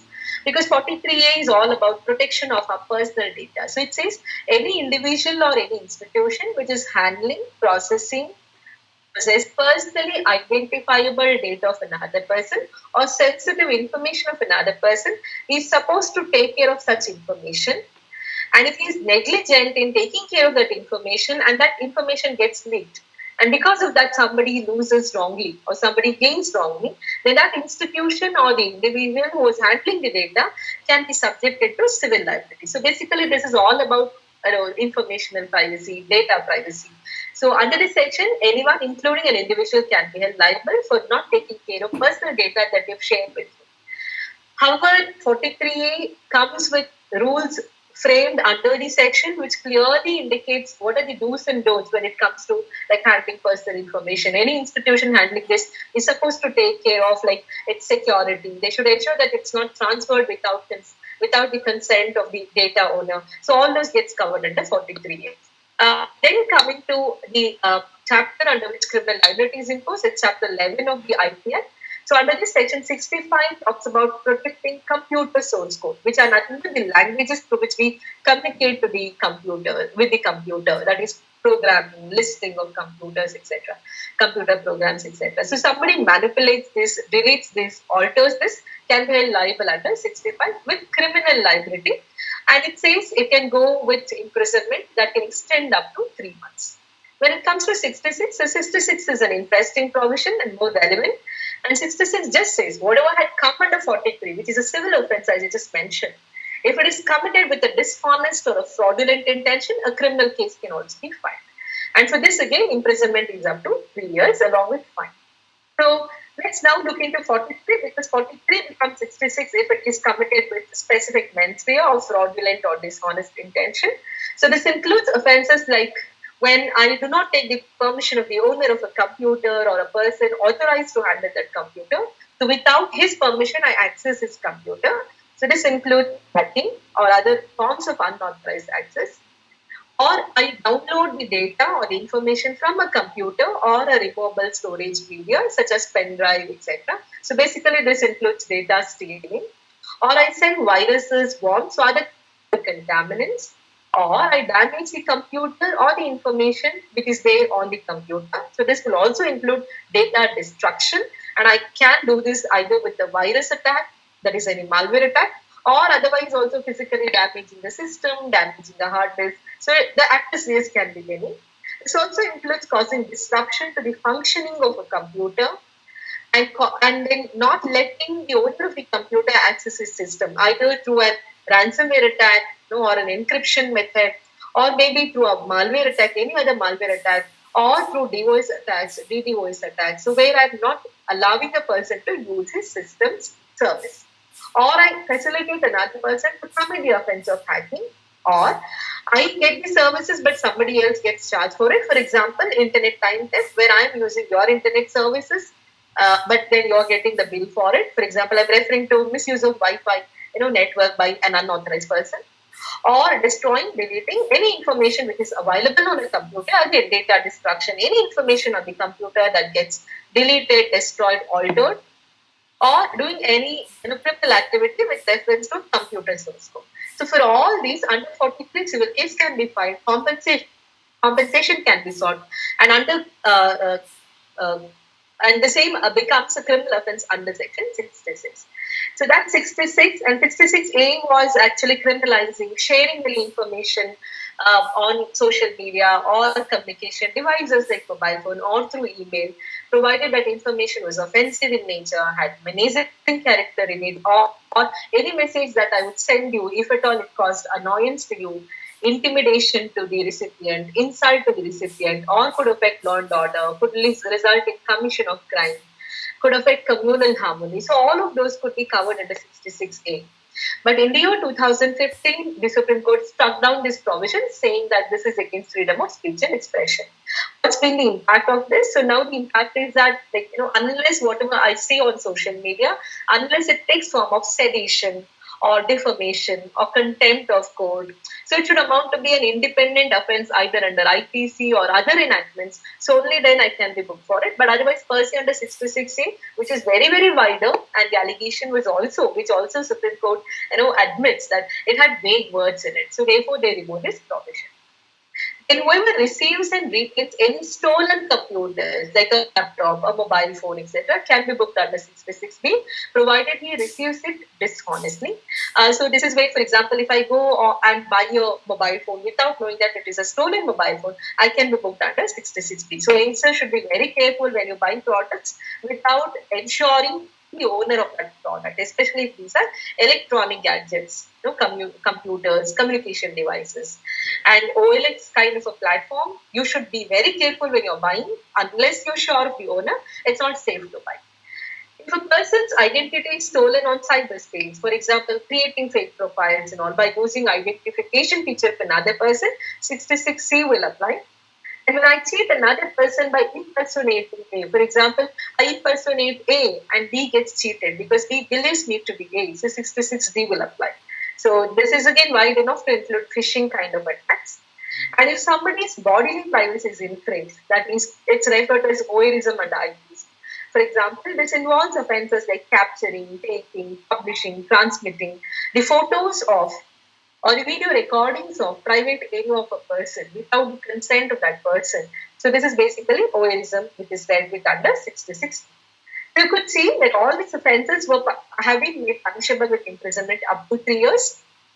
Then you have 66F, which is about cyber terrorism. So committing any cyber attacks, including malware attacks, unauthorized access, DOS attacks, etc., with the intention of affecting unity, integrity, security, sovereignty of the country, or to create terror in the minds of people, or when I access some confidential information and I use it or I'm about to use it in a manner in which it can cause injury to the interest of the sovereignty, security, integrity of the nation, or it's going to affect the friendly relationship between India and another country with which India shares a friendly relationship, or it affects public order, decency, morality, or it leads to contempt of court, or it leads to defamation. Contempt of court, I'm sure you're all aware of the fact, like how recently one of the lawyers was fined with ₹1 fine from Supreme Court because of a social media post. So all this is possible because of provisions like this, including from IPC and including from Contempt of Court Act. So all like anything that leads to defamation, incitement, etc.,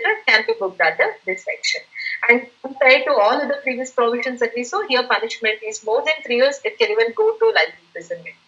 And I'm sure as law students, we understand that when these kind of provisions are invoked, parallelly, anti-terror laws provisions can also be imposed. And in certain states, state-specific laws will also come into picture, like Organized Crimes Act and all. So therefore, subjective to a scenario, other crimes may also be committed in these kind of scenarios.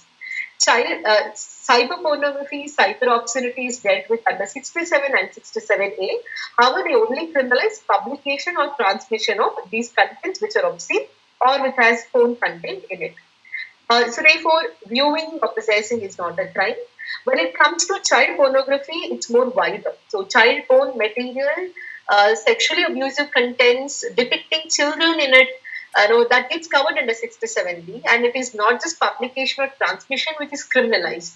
It also includes cases like where somebody is just possessing, somebody is just searching for this material, he's collecting, he's seeking, he's browsing, he's downloading, he's promoting, exchanging, transmitting, distributing, advertising. So all of these gets criminalized under 67B. It's a very, very wider provision, and this is like a possession-based crime. So I possess it, so law allows the presumption-based liability. Because this section, the moment it is invoked, we'll have another law that comes into picture, and that is Protection of Children from Sexual Offences Act, which is usually called as POCSO. And POCSO was enacted in the year 2012, coincidentally on 14th November, so that is tomorrow. So and then it has recently underwent amendments in 2019. It's quite wider, so this allows presumption-based liability. And this section, coming back to 67B, is wider to include even online grooming of children, because of the way it's been worded in this section. So that's about pornography, obscenity, including child pornography. Hacking any computer comes under 43 or 66, but if that computer is declared as a protected computer through an official gazette's notification of either central or the state government, so then hacking of such computer, unauthorized access to such computer gets covered under section 70. Now, which are these protected computers? Protected computers are the ones which are in relation to, or it directly or indirectly affect the facilities of critical information infrastructure. And if you look at the statutory explanation given in the section, includes those computer resources, the incapacitation or destruction of which will affect the national security, economy, public health, and safety.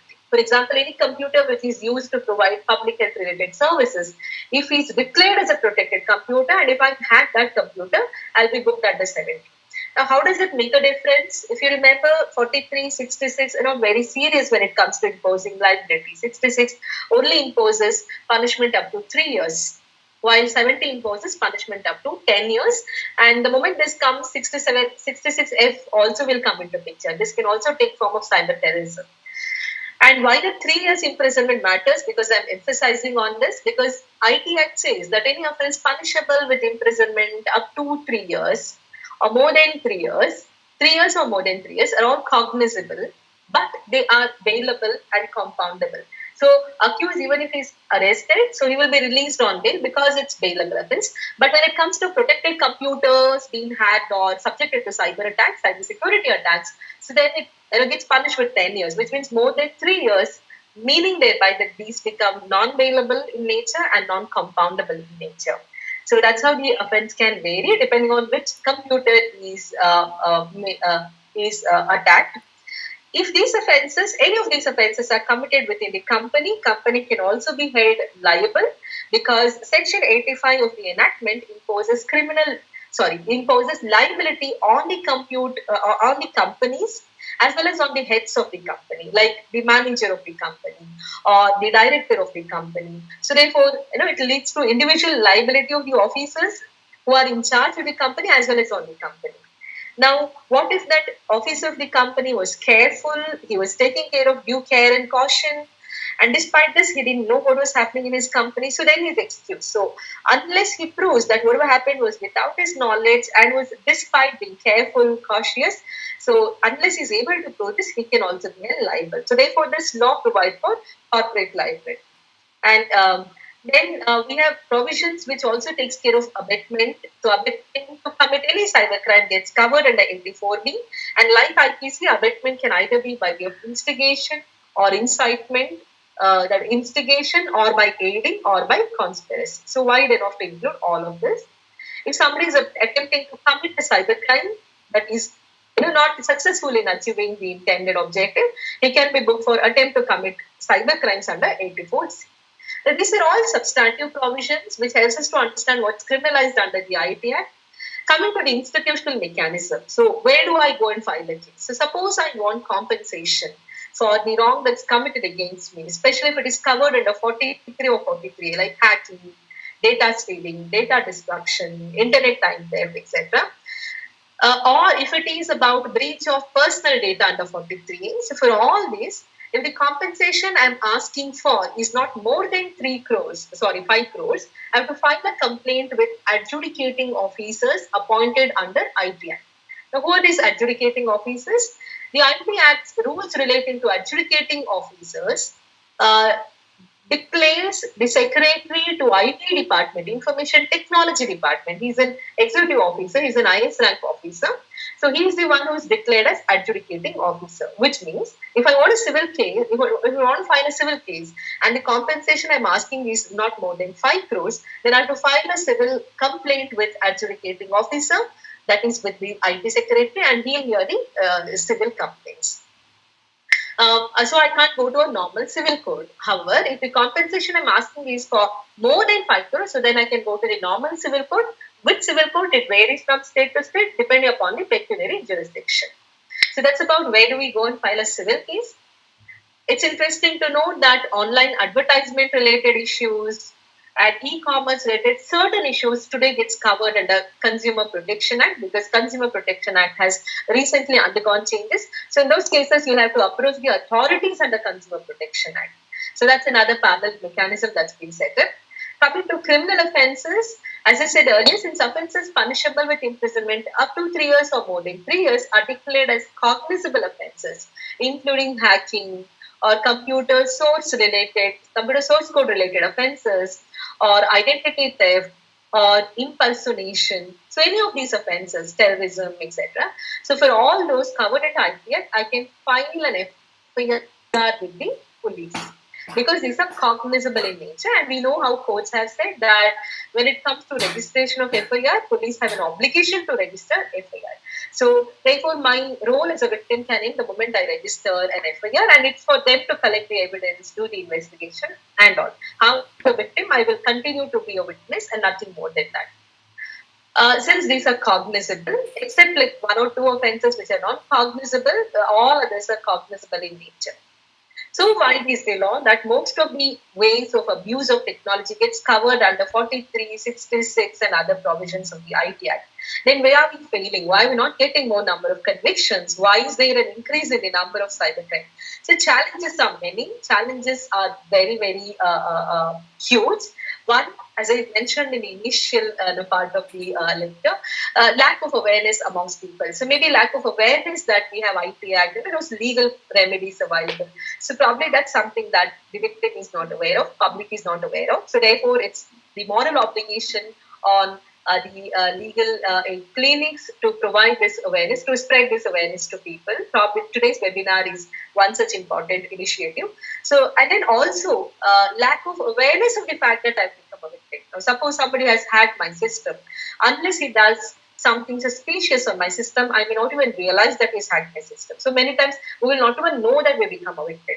Or like sometimes maybe there's an online financial fraud. So unless I receive the SMS, I will not even know that I've lost the money. So that's the reason why today you have KYC norms, you have like OTPs, you have like multiple layers of those security case that you should take care when you're into online financial transactions, including banking transactions. So otherwise, many times many wouldn't even know that they've been victims of various forms of cyber crimes, including stalking, etc. Secondly, many times victims are reluctant to file a case, maybe for the reason that they know the accused and they don't want to pursue the matter seriously. As I said earlier, one unique feature of cybercrime is often the victim turns out to be accused turns out to be the one whom the victim knows. This happened in many cases. But otherwise also the victim doesn't take it seriously. Okay, it's hacking, right? Let me just change the password. So the reluctance on the part of the victims to file a case. When it comes to financial frauds, people feel, how can I go and say I got cheated? It's so foolish on my part to even go and say this to the police, even go and admit the fact that I've become a victim.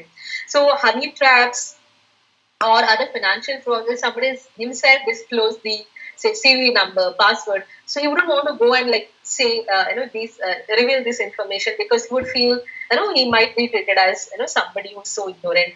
Many times we think, how can I go and prove that I'm a foolish? So that there are many other reasons as to why crimes do not get reported.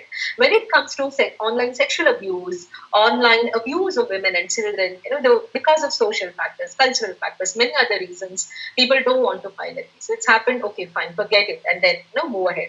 So don't want to file a case. So a lot of reasons, are a matter of concern. When police are investigating and they look for sharing of information from internet intermediaries, including social media, often we don't get information from them, because maybe it's on the ground of privacy, on the ground of freedom of speech and expression, on many other grounds. These informations are not shared to the police officers. Even if it is shared, maybe it doesn't get shared on timely basis. So maybe when it is crucially important for me, I don't get this. So again, lack of cooperation from these intermediaries have also affected effective investigation. Today's scenario is better because Supreme Court, especially when it comes to sexually abusive contents, especially as against children, they want social media to be more proactive, to be more responsive. But for other offences, getting information from them is very, very difficult. And we should also understand the fact that many times for us, internet intermediaries, the internet service providers are not Indian-based companies. So they work from other countries. So then you have the issue of jurisdiction, which is a challenge. How do you get this information? How do you get this exchange of evidence and all from another country? So the procedure is very, very complicated, time-consuming, and that's another concern. And we know that this device is something that can be accessed from anywhere, and that raises the question of jurisdiction. That's a concern.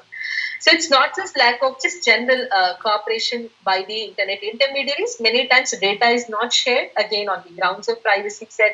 Yes, of course, personal data protection, privacy is important, but can that affect the regulation of crime, especially when it comes to serious crimes? It's a debatable issue.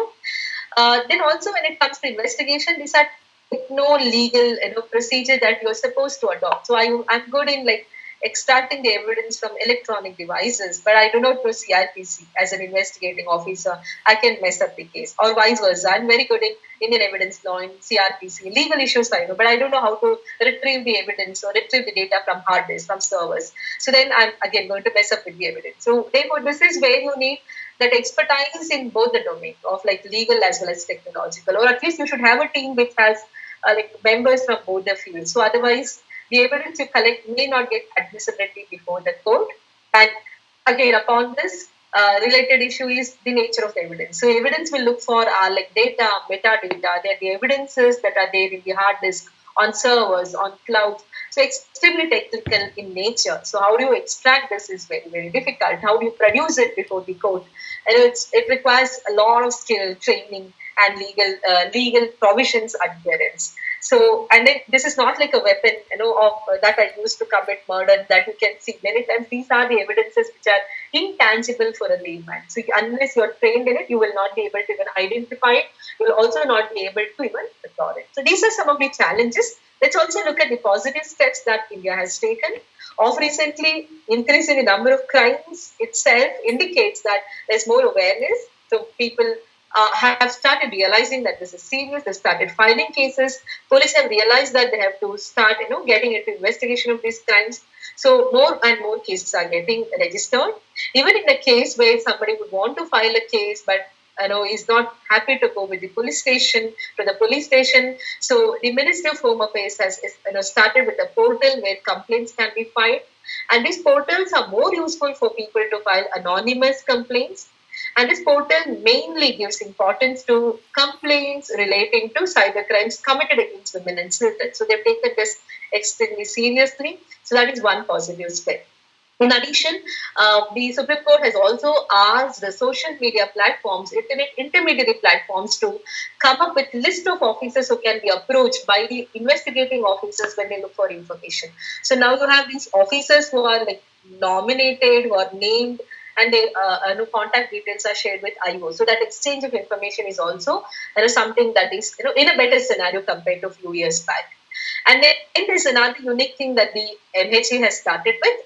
Students like you, or like people like us who would want to at least flag illegal content. So we know there's a child porn material somewhere on a website, or there's an illegal content available on a website. I can at least flash it to the MHA, because they started recognizing this as a form of voluntary service. So to talk about the portal where the complaints can be filed, so the slide is showing the portal where one can go. So this is a click.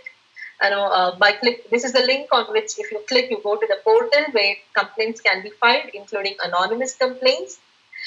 Then this is about the voluntary service. So the Minister of Home Affairs says, if at all you come across any content which is unlawful, and they define unlawful content as the one that can affect sovereignty and integrity of the country, which is against defense of the country, which affects security of the country, which affects friendly relationship between India and another country, or which affects public order, which disturbs communal harmony, or more specifically and more importantly, which is about child sexual abusive material. So you can immediately flag about this to the MHA by registering yourself as a volunteer. You can do this service. However, if you look at the last line, it's more important for us to understand that we also have freedom of speech and expression. So therefore, in fact, in Shreya Singhal case, that's what the court also said. See, as long as whatever I post, say, transmit are all within 19(1)(a), it's fine. But the moment it enters 19(2), reasonable restriction ground, so that's when it can be regulated, right? So whatever I say, if it leads to all these offences, so it can be regulated, and that's when volunteer service is important. So this is the volunteer service related link. So if you click on this, you'll go to the portal where one can register oneself as a volunteer. So this is a new concept that has come in India for the first time in relation to regulation of crime involving common people, citizens. Formally like this is one such initiative, and it's noteworthy, creditworthy. And this is a portal where online complaints can be filed, as I said earlier. So that's the approach that we've adopted as of now in the country, but a long way to go, because, as I said, now there's so many kids who are into usage of this technology. And it was a sudden rush with which we had to work with. It's not just in India, almost everywhere. I know it's just online classes that are happening, and you have like these vulnerable kids who are exposed to this technology. So maybe you need more and more awareness amongst everyone, be it parents, general public, students, the small children who are using technology, police officers. So everyone needs to be more alert and more aware. And as I said earlier, this webinar therefore is more important because it's one of such initiative. So thank you for giving me this opportunity to share about this extremely important and crucial issue relevant for this day's event that the college is organizing. I can take up questions if there are any. Thank you. Thank you, ma'am, for that informative session and engaging us on a concept of contemporary importance. We will now open the floor to questions from students. Please note, students, you can type your question into the chat box and our moderator will take it from there. I now welcome Gamini, our moderator, to conduct this session. Good morning, ma'am. So a few questions have been already posted in the chat box. Shall I begin? Sure. Yeah. Ma'am, is cyber law in the country broad enough to tackle the current cyber issues, or do you think it needs to be broadened? And if yes, in what aspects? So general forms of cyber crimes, that raises the question of cyber security and all. Most of it can be dealt with under Section 66 because 66 is a very vast section and it has clauses. Due to paucity of time, I didn't get into the details of it. Like you have a clause which says doing anything with which the value of the information on the computer loses, when the information's value is lost. So widely worded that any attack obviously can lead to reduction of value of the information. So clauses like this are there within these provisions, so wide that you just need that interpretation, extended interpretation. So because and if you do that, you're able to take care of many forms of cyber crimes, be it related to data, privacy, or cyber security related attacks on infrastructure, etc. So it's wider. But when it comes to certain forms of offenses like bullying, trolling and all, so you have to bring it under intimidation, you have to bring it under, say, stalking, like that. So those are not effectively dealt with. So I think especially these are the offenses that targets women and children and all. So there you don't get much clarity when it comes to the law. So yes, as I said, a long way to go. Some more offenses needs to be covered, especially when these are the ones that target children, women, individuals. But when it comes to, say, infrastructure protection, I think law is wider. Okay. Excuse me. So can I go to the next? Excuse me, Gamin. Yes. Ma'am, your camera is not on, ma'am. That was ma'am. Oh yeah, sure. Sorry, I don't know how I lost it. Yeah. Okay, fine. Shall I move to the next question now? Sure. Ma'am, are there any countries which have a better machinery in this field from where we can take more inspiration? Are there any international guidelines that can lead our way? Yes, the concerns are many. So depending on what concern we're addressing, I think you can learn from other countries' experience. For example, the data sharing. We can learn from the European approach. So they have a regional convention that mandates all the member states to share information and data. Information that to 24/7. So the Budapest Convention requires members to immediately alert each other when cybersecurity related information comes within their knowledge. That also extends to exchange of evidence. India is not a party to Budapest Convention, so that regional approach maybe can be helpful. But can you try an alternative regional approach in our region? Very difficult because of the kind of relationship we have with some of our neighbors. But yes, being a party to that can be a solution, but it has its own nitty-gritty. So that needs to be studied before you become a party to Budapest Convention. Then the infrastructure. If you look at like China, so they're self-reliant. So their technological development is very good. So they have their own infrastructure. They don't depend much on other countries. And today, if you look at our strategies, so we're also now like coming up with our own platforms, online platforms alternatives to the platforms that we're using from another country. So right, so therefore I think more self-reliant technology is also another solution that you can learn from say China.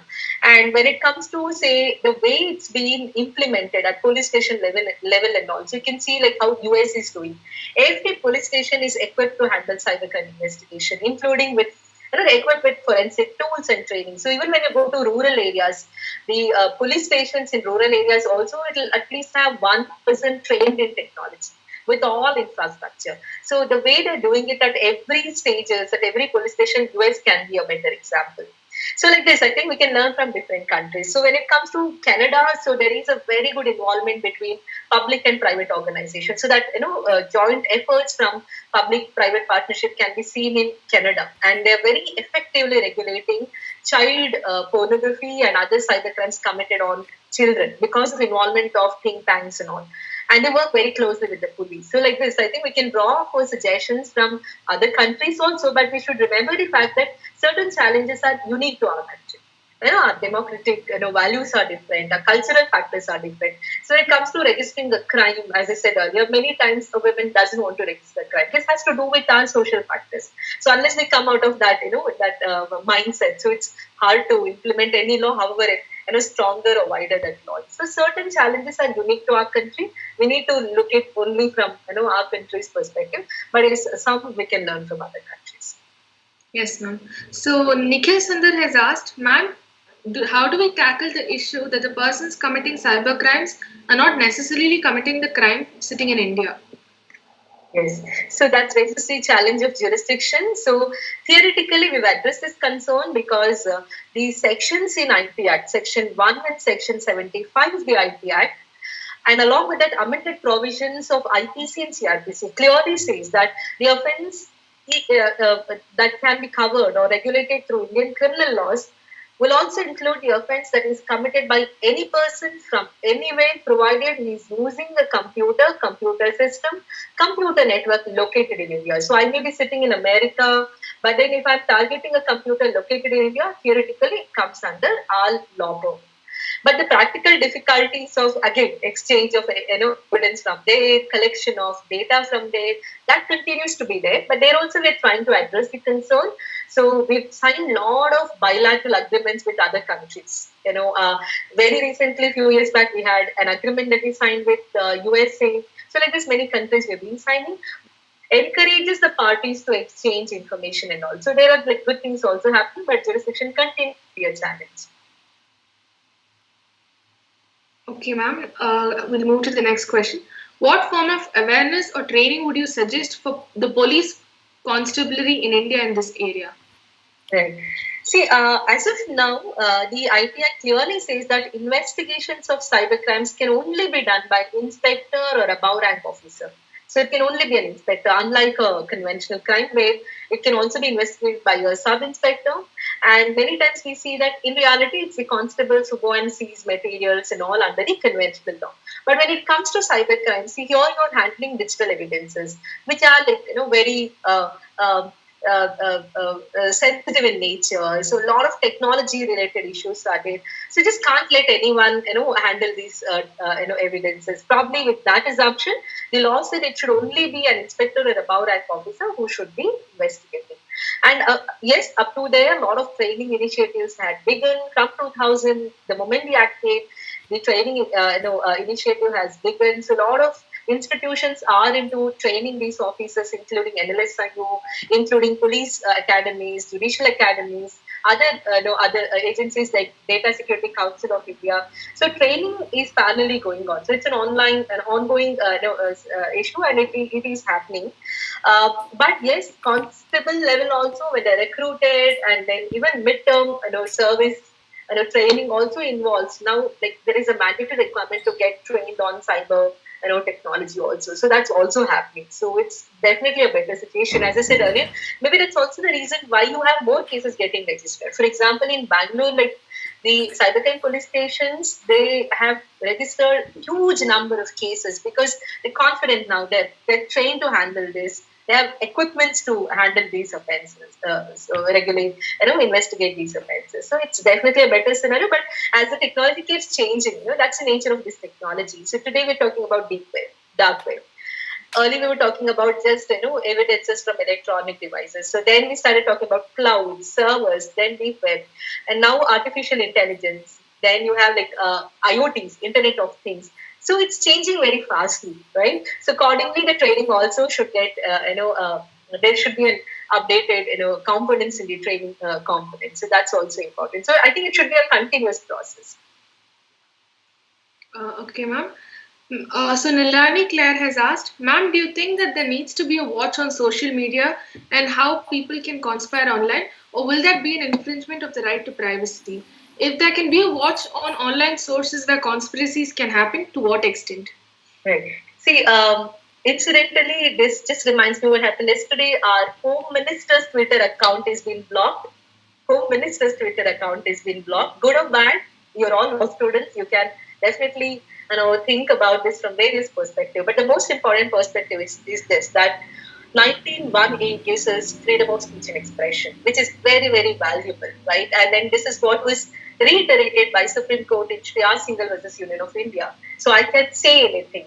But then at the same time, whatever I say, if it gets affected under the grounds mentioned under Article 19 Clause 2, like leading to defamation, contempt, and abetment. So abetment also includes abetment by conspiracy, specifically coming to your question. So if at all you think whatever I say is legally amounting to be conspiracy to commit an illegal activity, because what is conspiracy? Agreement or design to commit a criminal activity or to commit a legal thing but through an illegal manner. So if you think whatever I've said has legally led to that, or whatever I've said on social media has legally led to abetment, and we have tests that courts have applied since long in many cases to define what abetment is, right? So recent Supreme Court's decision when it comes to Arnab Goswami's case, court says every financial related issues can't be abetment. So there should be more like clarity on what amounts to abetment. And this has to be like ascertained based on the two elements of crime, actus reus and mens rea. I'm taking these words because I'm assuming most of the participants are law students. So unless it's clear, how do you even define it as conspiracy? So therefore, the answer lies like between Article 19.1 and Article 19.2, which was clearly what the court had said in Shriyas Singhal judgment. The moment it encroaches on grounds mentioned in 19 Clause 2, I think it needs to be regulated. But as long as it has not led to that, we should be allowed to write what we want. We should be allowed to say what we want. Right? Irrespective of the ideology we believe in, we do have to cherish this valuable right of ours, and that is freedom of speech and expression. So therefore, coming to social media, yes, social media should monitor or not was also the question. Can they actually monitor? It's like, not always practically possible because you have like lots of people who are using their platform, lots of users who are using their platform. So the same Shriyas Singhal judgment court says that as a social media platform, as an internet intermediary platform, we can't expect you to keep monitoring what's happening on your platform, right? So we can't expect them to do that. Though like off recently, they've also come with their own responses to show that they're also with the law enforcement agencies. Like they started using artificial intelligence to monitor the contents online and all, but what they do is, definitely less than the extent of exchange of information that takes place. So they are responsible, but then you can't place them in the place of a judge. So what you write, I as a tweeter can block. Isn't that wrong? Because I'm entering into the shoes of a judge. You need judicial application of mind to see that whether the post that is posted by you, the content that is written by you on Twitter is illegal or not. Who is the better person to decide this? It is the court, because it's all about fundamental rights. There can only be judicial interventions. If you expect Twitter to block it immediately, that means you're allowing Twitter to play the role of the judiciary, which is wrong. At the same time, when something is blatantly illegal, there's a child sexual abusive material, or there's something that can lead to terrorism, so then yes, they have to be more responsive at all. So when it comes to Shriyas Singhal case and later on legal developments, courts have said that you at least wait for a court order. Social media platform or any internet intermediate platform should wait for a court order, because court order comes with application of judicial mind. Then you block it. But yes, as I said, something blatantly illegal, you don't have to waste your time, waiting for the court. I think it all depends on how serious the concern is. Is it to do with child pornography? Is it to do with security of the nation? Then they can be expected to immediately act. All other things, since it's all about freedom of speech and expression, wait for a court order. I think that's a better approach. Thank you, ma'am, for that insightful answer. Bharat has asked, ma'am, given the surge in cybercrimes and the vision of a digital India, is it the right time to join the Budapest Convention?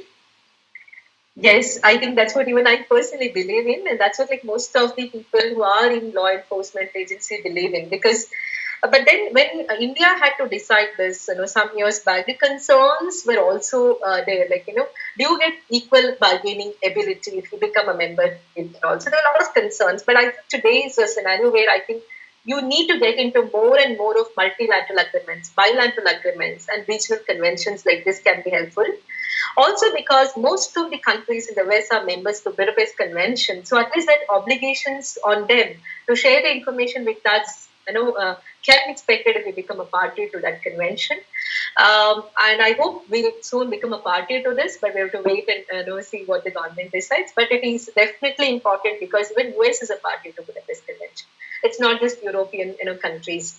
And if you think of any internet intermediary platforms, most of them operate from US, right? So that's one way of getting. I'm not saying just because you become a party, you'll get information very easily, but at least one gate, gets opened. And along with that, as I said, other arrangements, mutual agreements between countries. And I think at the end of the day, it's the political will of that country, whether they want to share or not. So it's a very, very comprehensive issue. But yes, this can be one of the many remedies that we can think of. And I think, yes, you should be a party to it. If there are any concerns, we can have our own reservations saying like, okay, we agree, but with these conditions and all. So without compromising with our sovereignty, with our need that is essential in the name of sovereignty, I think we should be a party to it. Ma'am, next Nagarjuna has asked a few questions. Madam, what is your opinion on cyber squatting? What is salami attacks? And what is your view on cyber defamation? Okay, so 3 offenses. Let me take the first one. Squatting. Cyber squatting is where maybe the domain name, that is the IP address that you use, belonged to you. You were using it for a long time.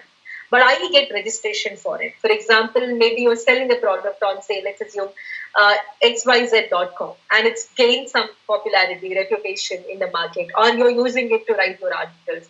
So it's your IP address, it's your domain name, not just IP address, sorry, it's a domain name, the name with which you're identified on cyberspace, but I won't take registration for it. So henceforth, I'm the legally authorized person to use it.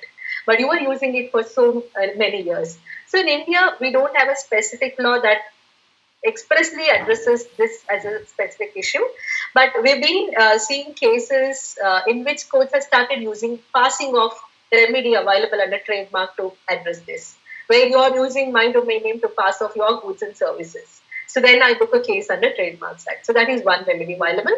But you can also approach ICANN, an international organization, and get the remedy there. But that's an international organization. So access to this remedy to a common person itself is a debatable issue. So that's one. Coming to salami attack, it's a very interesting name with which this cybercrime is known as. Salami means a small layer, right? So this is an offense where I would have stolen or taken a very small portion of money from your account. So small that you don't realize. Or even if you realize, you don't want to file a case. For example, I just remove, say, 2 rupees from your bank account or 20 rupees from your bank account.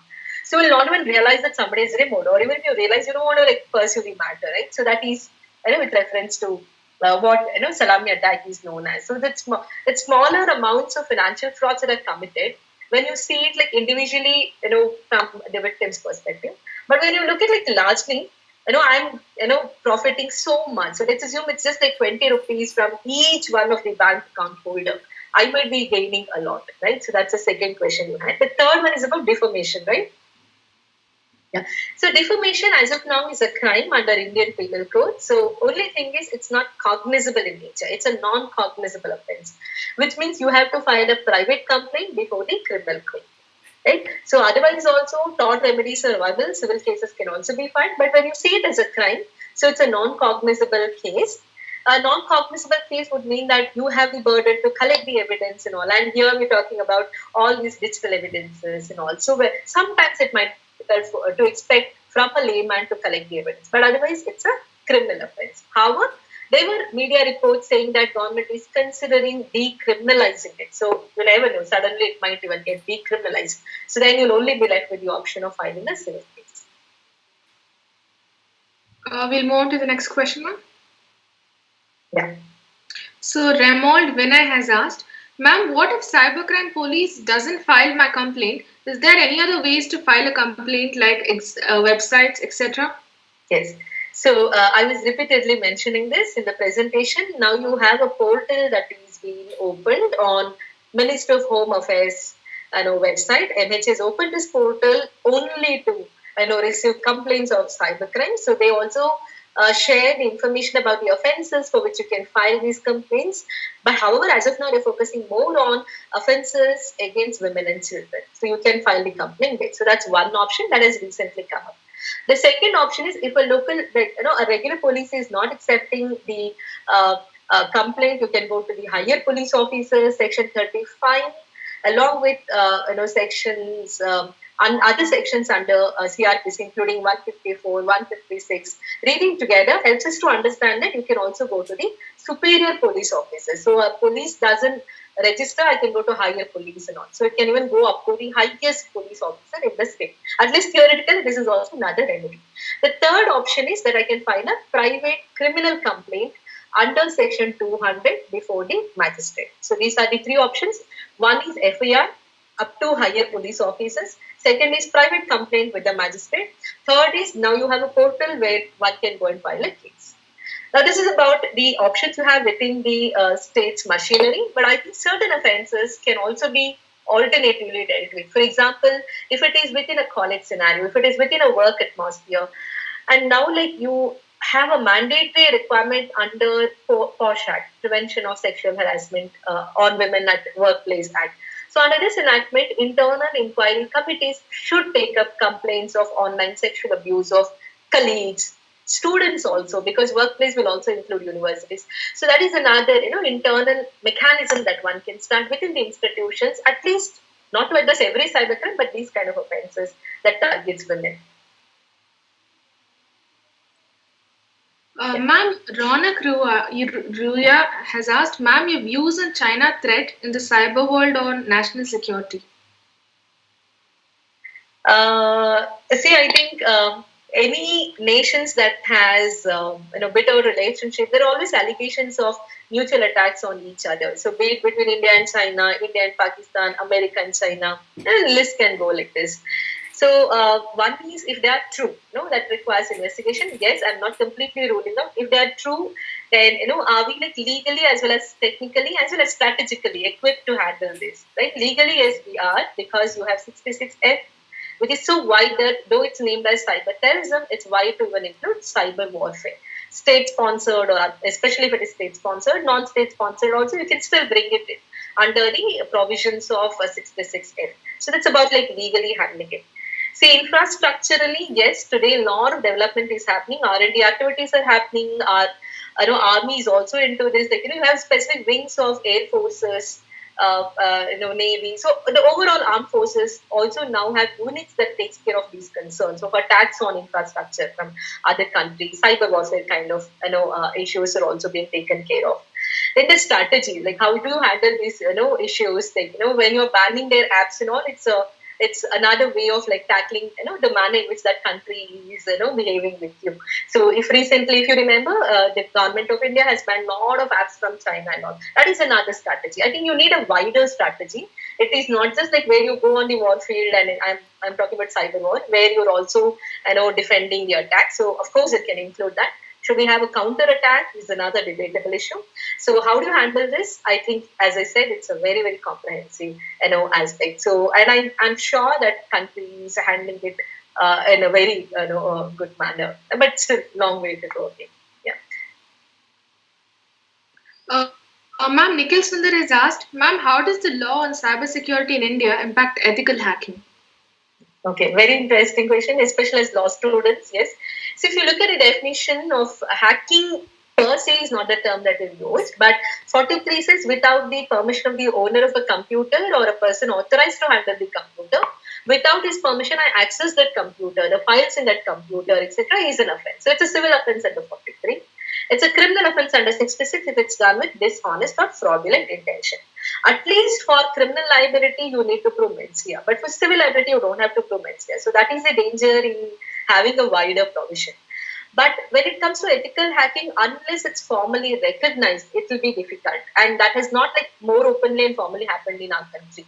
Though there are practices of police taking help of, say, ethical hackers, that exist, or that's one way of looking at ethical hackers. So when they assist the law enforcement agencies, they can take the defense of, say, mistake of law, mistake of fact, not mistake of law. So sections of IPC exempts criminal liability when it comes to an offense committed by a person who is discharging his duty as a public servant, or a person who's assisting a public servant. So when I'm assisting a police by ethically hacking, so I'm exempted because of IPC provisions, one thing. Secondly, I am hacking your system because you asked me to show the vulnerability. So that is also exempted because it doesn't even fit in the definition of hacking, right? It's not unauthorized access. It's because you have asked me to hack your system and show vulnerability, which in fact many times organizations, institutions do. They call for hackers to show if there's any vulnerability in the system. So that is okay because that's happening with the consent. The third one is where you are hacking without any invitation, but your object is only to show the vulnerability. And that is where there's a danger, because you may not have a motive to wrongfully gain and all, but your mens rea is to hack. Right? Motive is not always relevant when it comes to imposing liability. Your mens rea is to hack. You're hacking my system. You may want to show vulnerability, but law doesn't exempt this.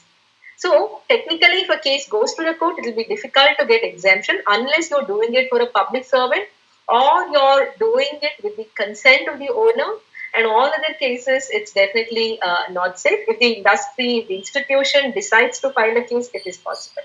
Right? So that's where the law stands in. But there are countries, where you already have like a list of, recognized ethical hackers and all, whose services can be availed by the law enforcement agency. Slowly that's happening in India, but there's no formal list, which declares someone as an ethical hacker who can do this openly under the authority of the law or under the sanction of law. Till that happens, it's a very debatable issue. Ma'am, Father Vivin John Monis has a question. What about the cases when complaints are lodged, but oftentimes the authority don't take it seriously, or they dismiss it for asking for more serious evidence? Right. So it all depends on what I've registered in the beginning. So when I go to the police and register an FIR, First Information Report.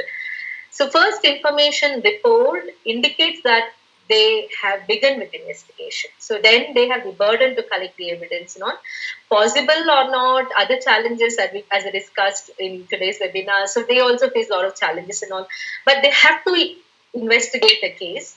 And every case that gets investigated has to lead to filing of a charge sheet. So they have to mandatorily file a charge sheet before the court. Because every case that begins with FIR should end with a charge sheet. But in the charge sheet, they may say, yes, we could trace the accused, they've collected the evidence, or they may say, we could not trace the accused. Okay, so their report can indicate anything that, no, he's not the accused, the one who's named in FIR, or say, yes, he's the accused and we have evidence. So the conclusion can be any. But registering an FIR at least will make you sure that investigation will happen. Okay, but many times what happens is for a layman, he doesn't know the difference between FIR and NCR. So when you go to police station, they register an NCR. NCR is non-cognizable report. So they do not investigate. They don't have to investigate. They're not mandated to investigate. So that's when probably they give these kind of answers that, you don't have sufficient, information so that we can register FIR. So when you register an FIR, the FIR is registered if at all they receive information about a cognizable offense. So almost all the offenses in the IT Act are cognizable, but then the information should be clear to indicate a cognizable offense. See, hacking is a clear cognizable offense. But who has hacked is what they have to find out. But many times, let's assume it's a system in my university, but I don't maintain a proper login detail and also have other supporting data that they would require to investigate. I don't say that they're legally right in refusing to register FIR, because what is required is hacking, which is cognizable offense. That information about hacking. Further, maybe as a victim, I could help them more if at all I had maintained all the login details, credentials, and all. So as a victim, yeah, I need to also be, participating in this process. But just refusing to register FIR when there is a clear clarity on a cognizable offence having been committed is not correct, because Supreme Court in many cases, including in Bhajan Lal, Lalita Kumari, of recently also a lot of cases, Supreme Court has said that you have to register FIR. But it's interesting to note that in some of the cases, courts have said that when you're not sure whether it is cognizable or not, do some preliminary inquiry. And then if you're sure that it is cognizable, register FIR. So now what do I do as a man? When I go to the police, at least as a law student, you know what is cognizable, what is non-cognizable. So look for CRPC first schedule if it is an offence in the IPC. Look for IT Act if it is cybercrime that gets covered in the IT Act. Almost every offence punishable with 3 years or more than 3 years are made cognizable. So insist for registration of FIR. If you are only getting NCR acknowledgement, then police are not going to investigate this case. So therefore, when I go to police station, get a case registered, I should also know what I'm getting registered. So if it's NCR, they don't have to register FIR. Sorry, they don't have to investigate the case. Okay. Ma'am, PK Ramaseshan has asked, how would you spread the awareness of cyberbullying, especially in rural areas, as citizens and as well as a government legislator? Right. See, be it in rural areas or urban areas, now with fast expansion of this technology, usage has also begun in rural areas, and also that fact can't be ruled out. But I think being sensitive to what we do is more important. Educating kids, especially children who are becoming victims of cyberbullying.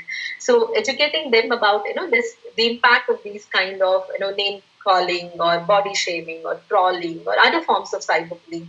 So I think it's a very sensitive issue. So that's where, we need to educate kids and others also using technology that no, it's not fine to call names of another person, because it will have its own repercussion on the victim, and different victim can respond to differently. So there are cases of cyberbullying that have led to suicides. There's cases of cyberbullying that have led to mental health issues, depressions, etc. Right? So therefore, it's important to just be sensitive and then also create sensitivity in the other person. I think more than making aware that no, this is an offense and all. But as I said earlier, not every cyberbullying can be covered under the legal provisions. It all varies on what I've done in the name of cyber, right, or what you're calling as cyberbullying. But I think just being careful in using this technology, being more sensitive is more important. And on the other hand, victim also should be made aware of the fact that this shouldn't affect him. So counseling of the victim is also important. It is also said by psychologists that when somebody is bullying, it's also because that person has been bullied earlier. So I think that indicates the fact that that one who's bullying may also need that attention, may also need counseling. So I think this is again a comprehensive solution that we should see for. Law alone cannot address this. It's got to do with psychologically how you handle the one who's been bullied and the one who's bullying, plus just creating this sensitivity. Ma'am, Nikita has asked, with the rise in cases of revenge porn, do you think that the IT Act and the IPC are effective enough, considering that there are inconsistencies within the law, inconsistencies such as gendering of victims and offenders, or prosecution of victims who may have voluntarily shared videos or pictures with their partners based on trust? Do you think the specific law on revenge porn would be better to tackle the issue? Yes, so like cyber pornography, trolling, so revenge porn, sextortion are the offences which as of now can't be properly dealt with under the Indian law framework, be it IT Act or IPC. They don't address these specifically. We just have a provision that takes care of obscenity, but sextortion need not always come under that offence, right? Or even revenge pornography. The fact that somebody had earlier shared those contents can be the reason why they don't want to file a case under, say, pornography. So this needs to be taken care of.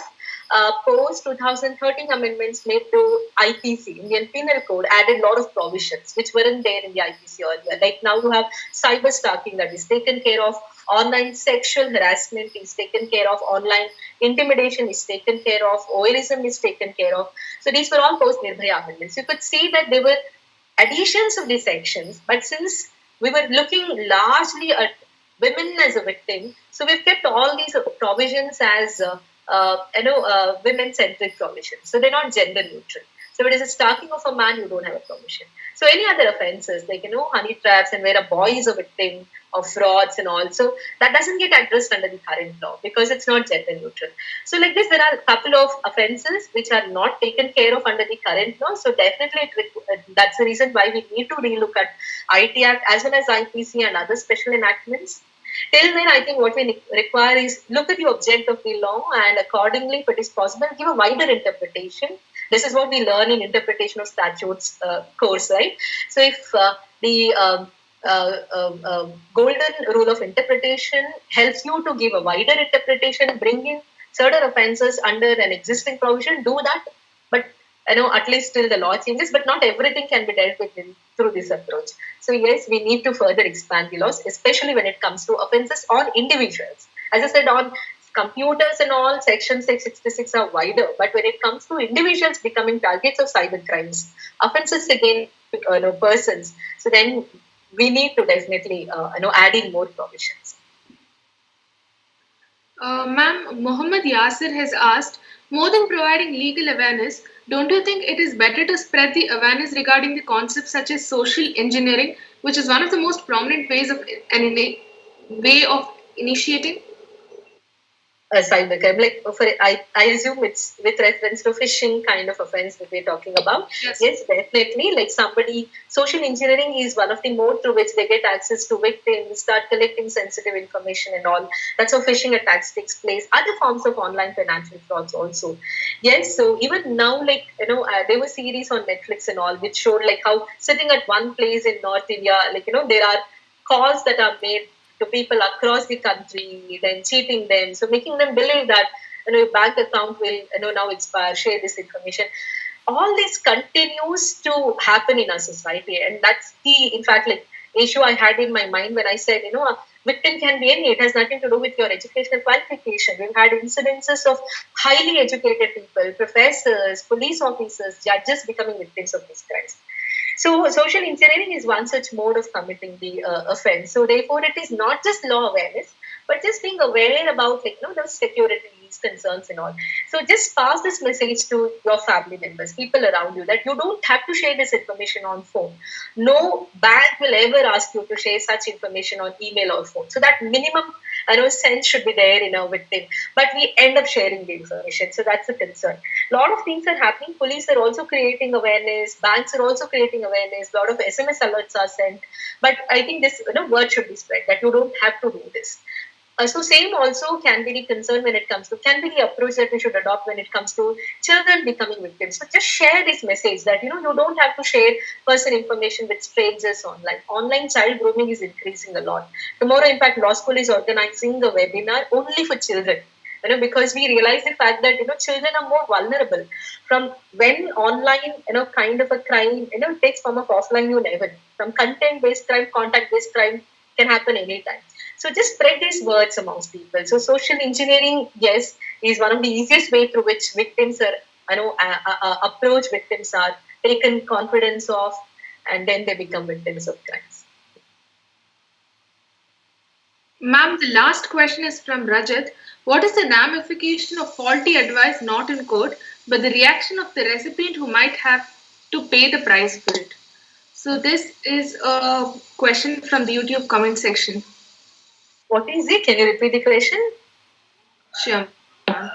Ma'am, what is the ramification of faulty advice not in court, but the reaction of the recipient who may have to pay the price for it?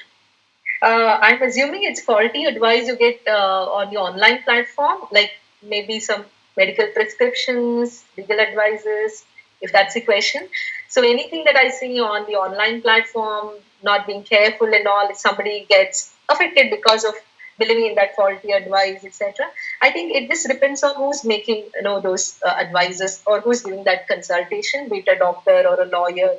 So it should still amount to professional misconduct only. So at least when you're doing it formally and all as a professional, see, Bar Council of India clearly has codes of ethics. So if you're within its ambit, is fine. So and we also have cases saying that not every error of judgment, even of a doctor or a lawyer, can be said to be negligent. So keep in mind all those principles, it's fine.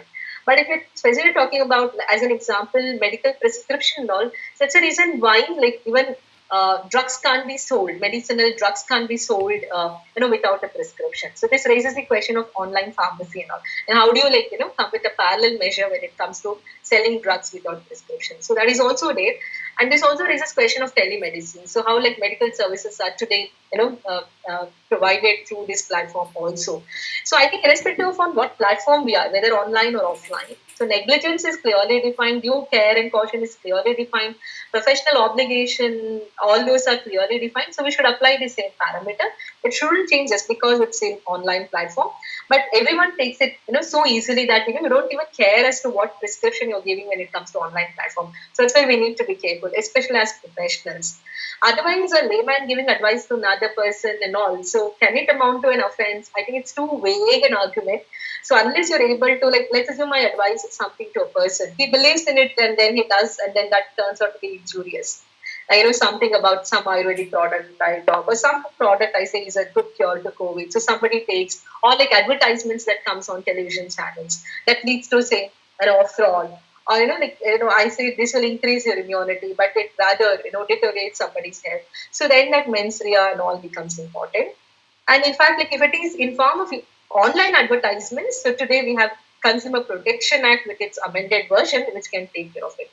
I hope I understood the question in a proper way and answered, but if it is just online prescription, I think these are the different angles from which one can see these.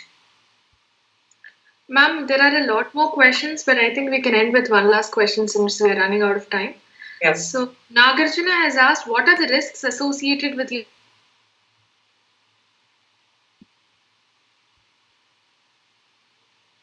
using public Wi-Fi? This is the last question. I lost the connection between. Can you repeat the question? There was voice break.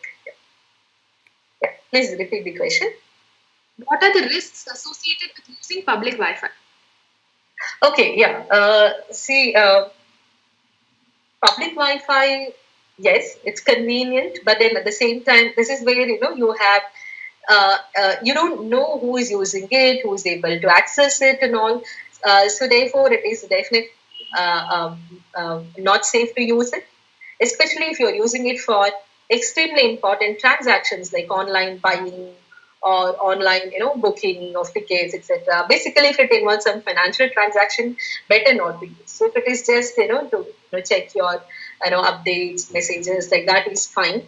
As far as possible, we shouldn't be using it, especially for the important transactions. But yeah, sometimes we are forced to do it, especially if I'm in abroad and all, or I'm traveling in the airport. So yeah, sometimes it's inevitable that we use it. But I think we should be careful, what links you click on when you're doing it. And then definitely do not use these, accesses for important transactions, especially financial transactions. We shouldn't be using this platform. Thank you so much, ma'am. We've done with the Q&A session. I think you've answered all our questions very patiently and in a very detailed manner. Thank you so much for that.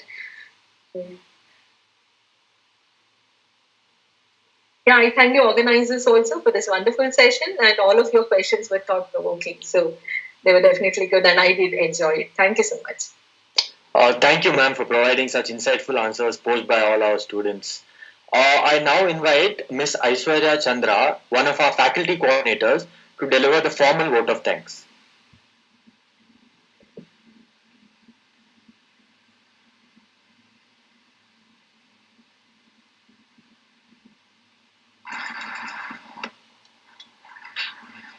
Good afternoon.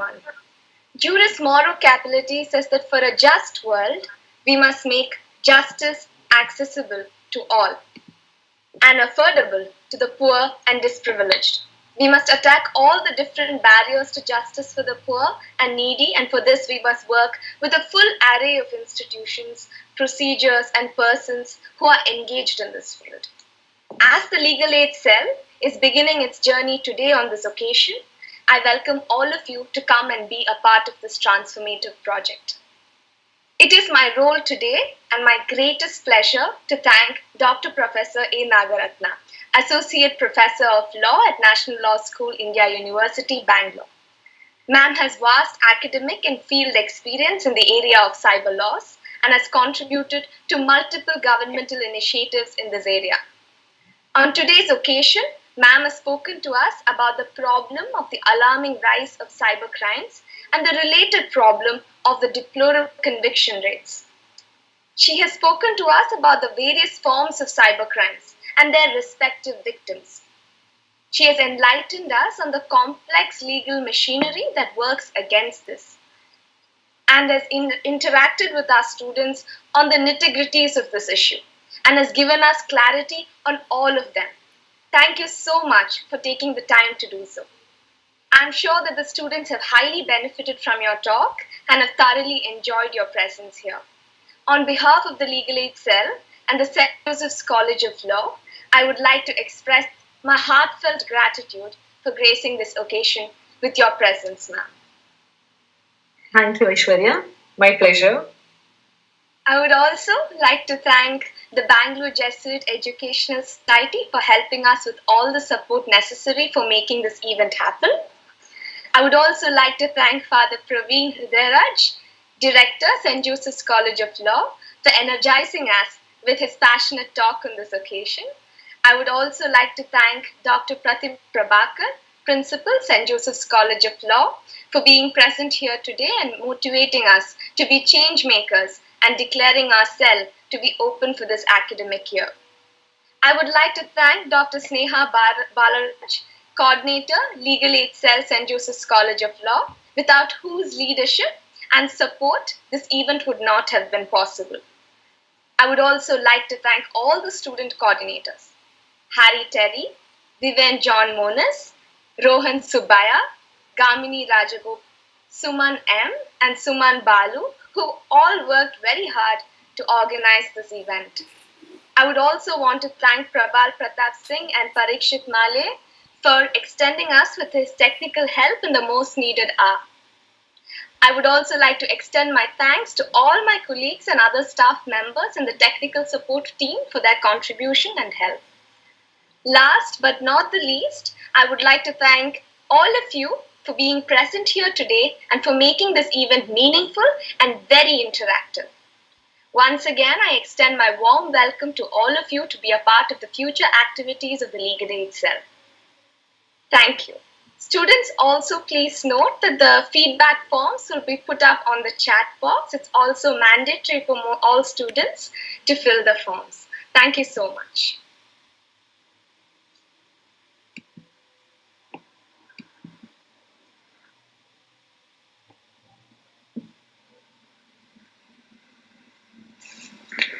I tell law students, if you're going to be a lawyer and just practice your profession, you have a skill, very much like a plumber. But if you want to be a true professional, you will do something outside yourself, something that makes life better for people less fortunate. These resounding words were expounded by former US Supreme Court Justice Ruth Bader Ginsburg and can be considered as a clarion call to all of us as prospective lawyers when we enter the profession. With this, we'd like to conclude the program for today. Thank you everyone for attending. Have a good day. And just a kind reminder to all students to please fill out the feedback forms, which the link has been provided for in the chat box. Thank you everyone. Have a good day. And one small note, small reminder, please have your lunch as soon as possible so that you have to attend the classes at 1 o'clock. Today, maybe you can extend it by 1 o'clock instead of 1 o'clock, yes. 1 o'clock, 1, 5, 1, 10 is okay today, but you must all attend to the classes. Yes, thank you so much. It was a wonderful program. Thoroughly enjoyed, it was very knowledgeable. It was very informative. Thank you so much, Sneha and Aishwarya and all the student coordinators. Thank you so much. Thank you. Thank you, ma'am. Thank you, Father. Thank you, everyone. Thank you, ma'am. Thank you, Father. Thank you. Thank you. Thank you.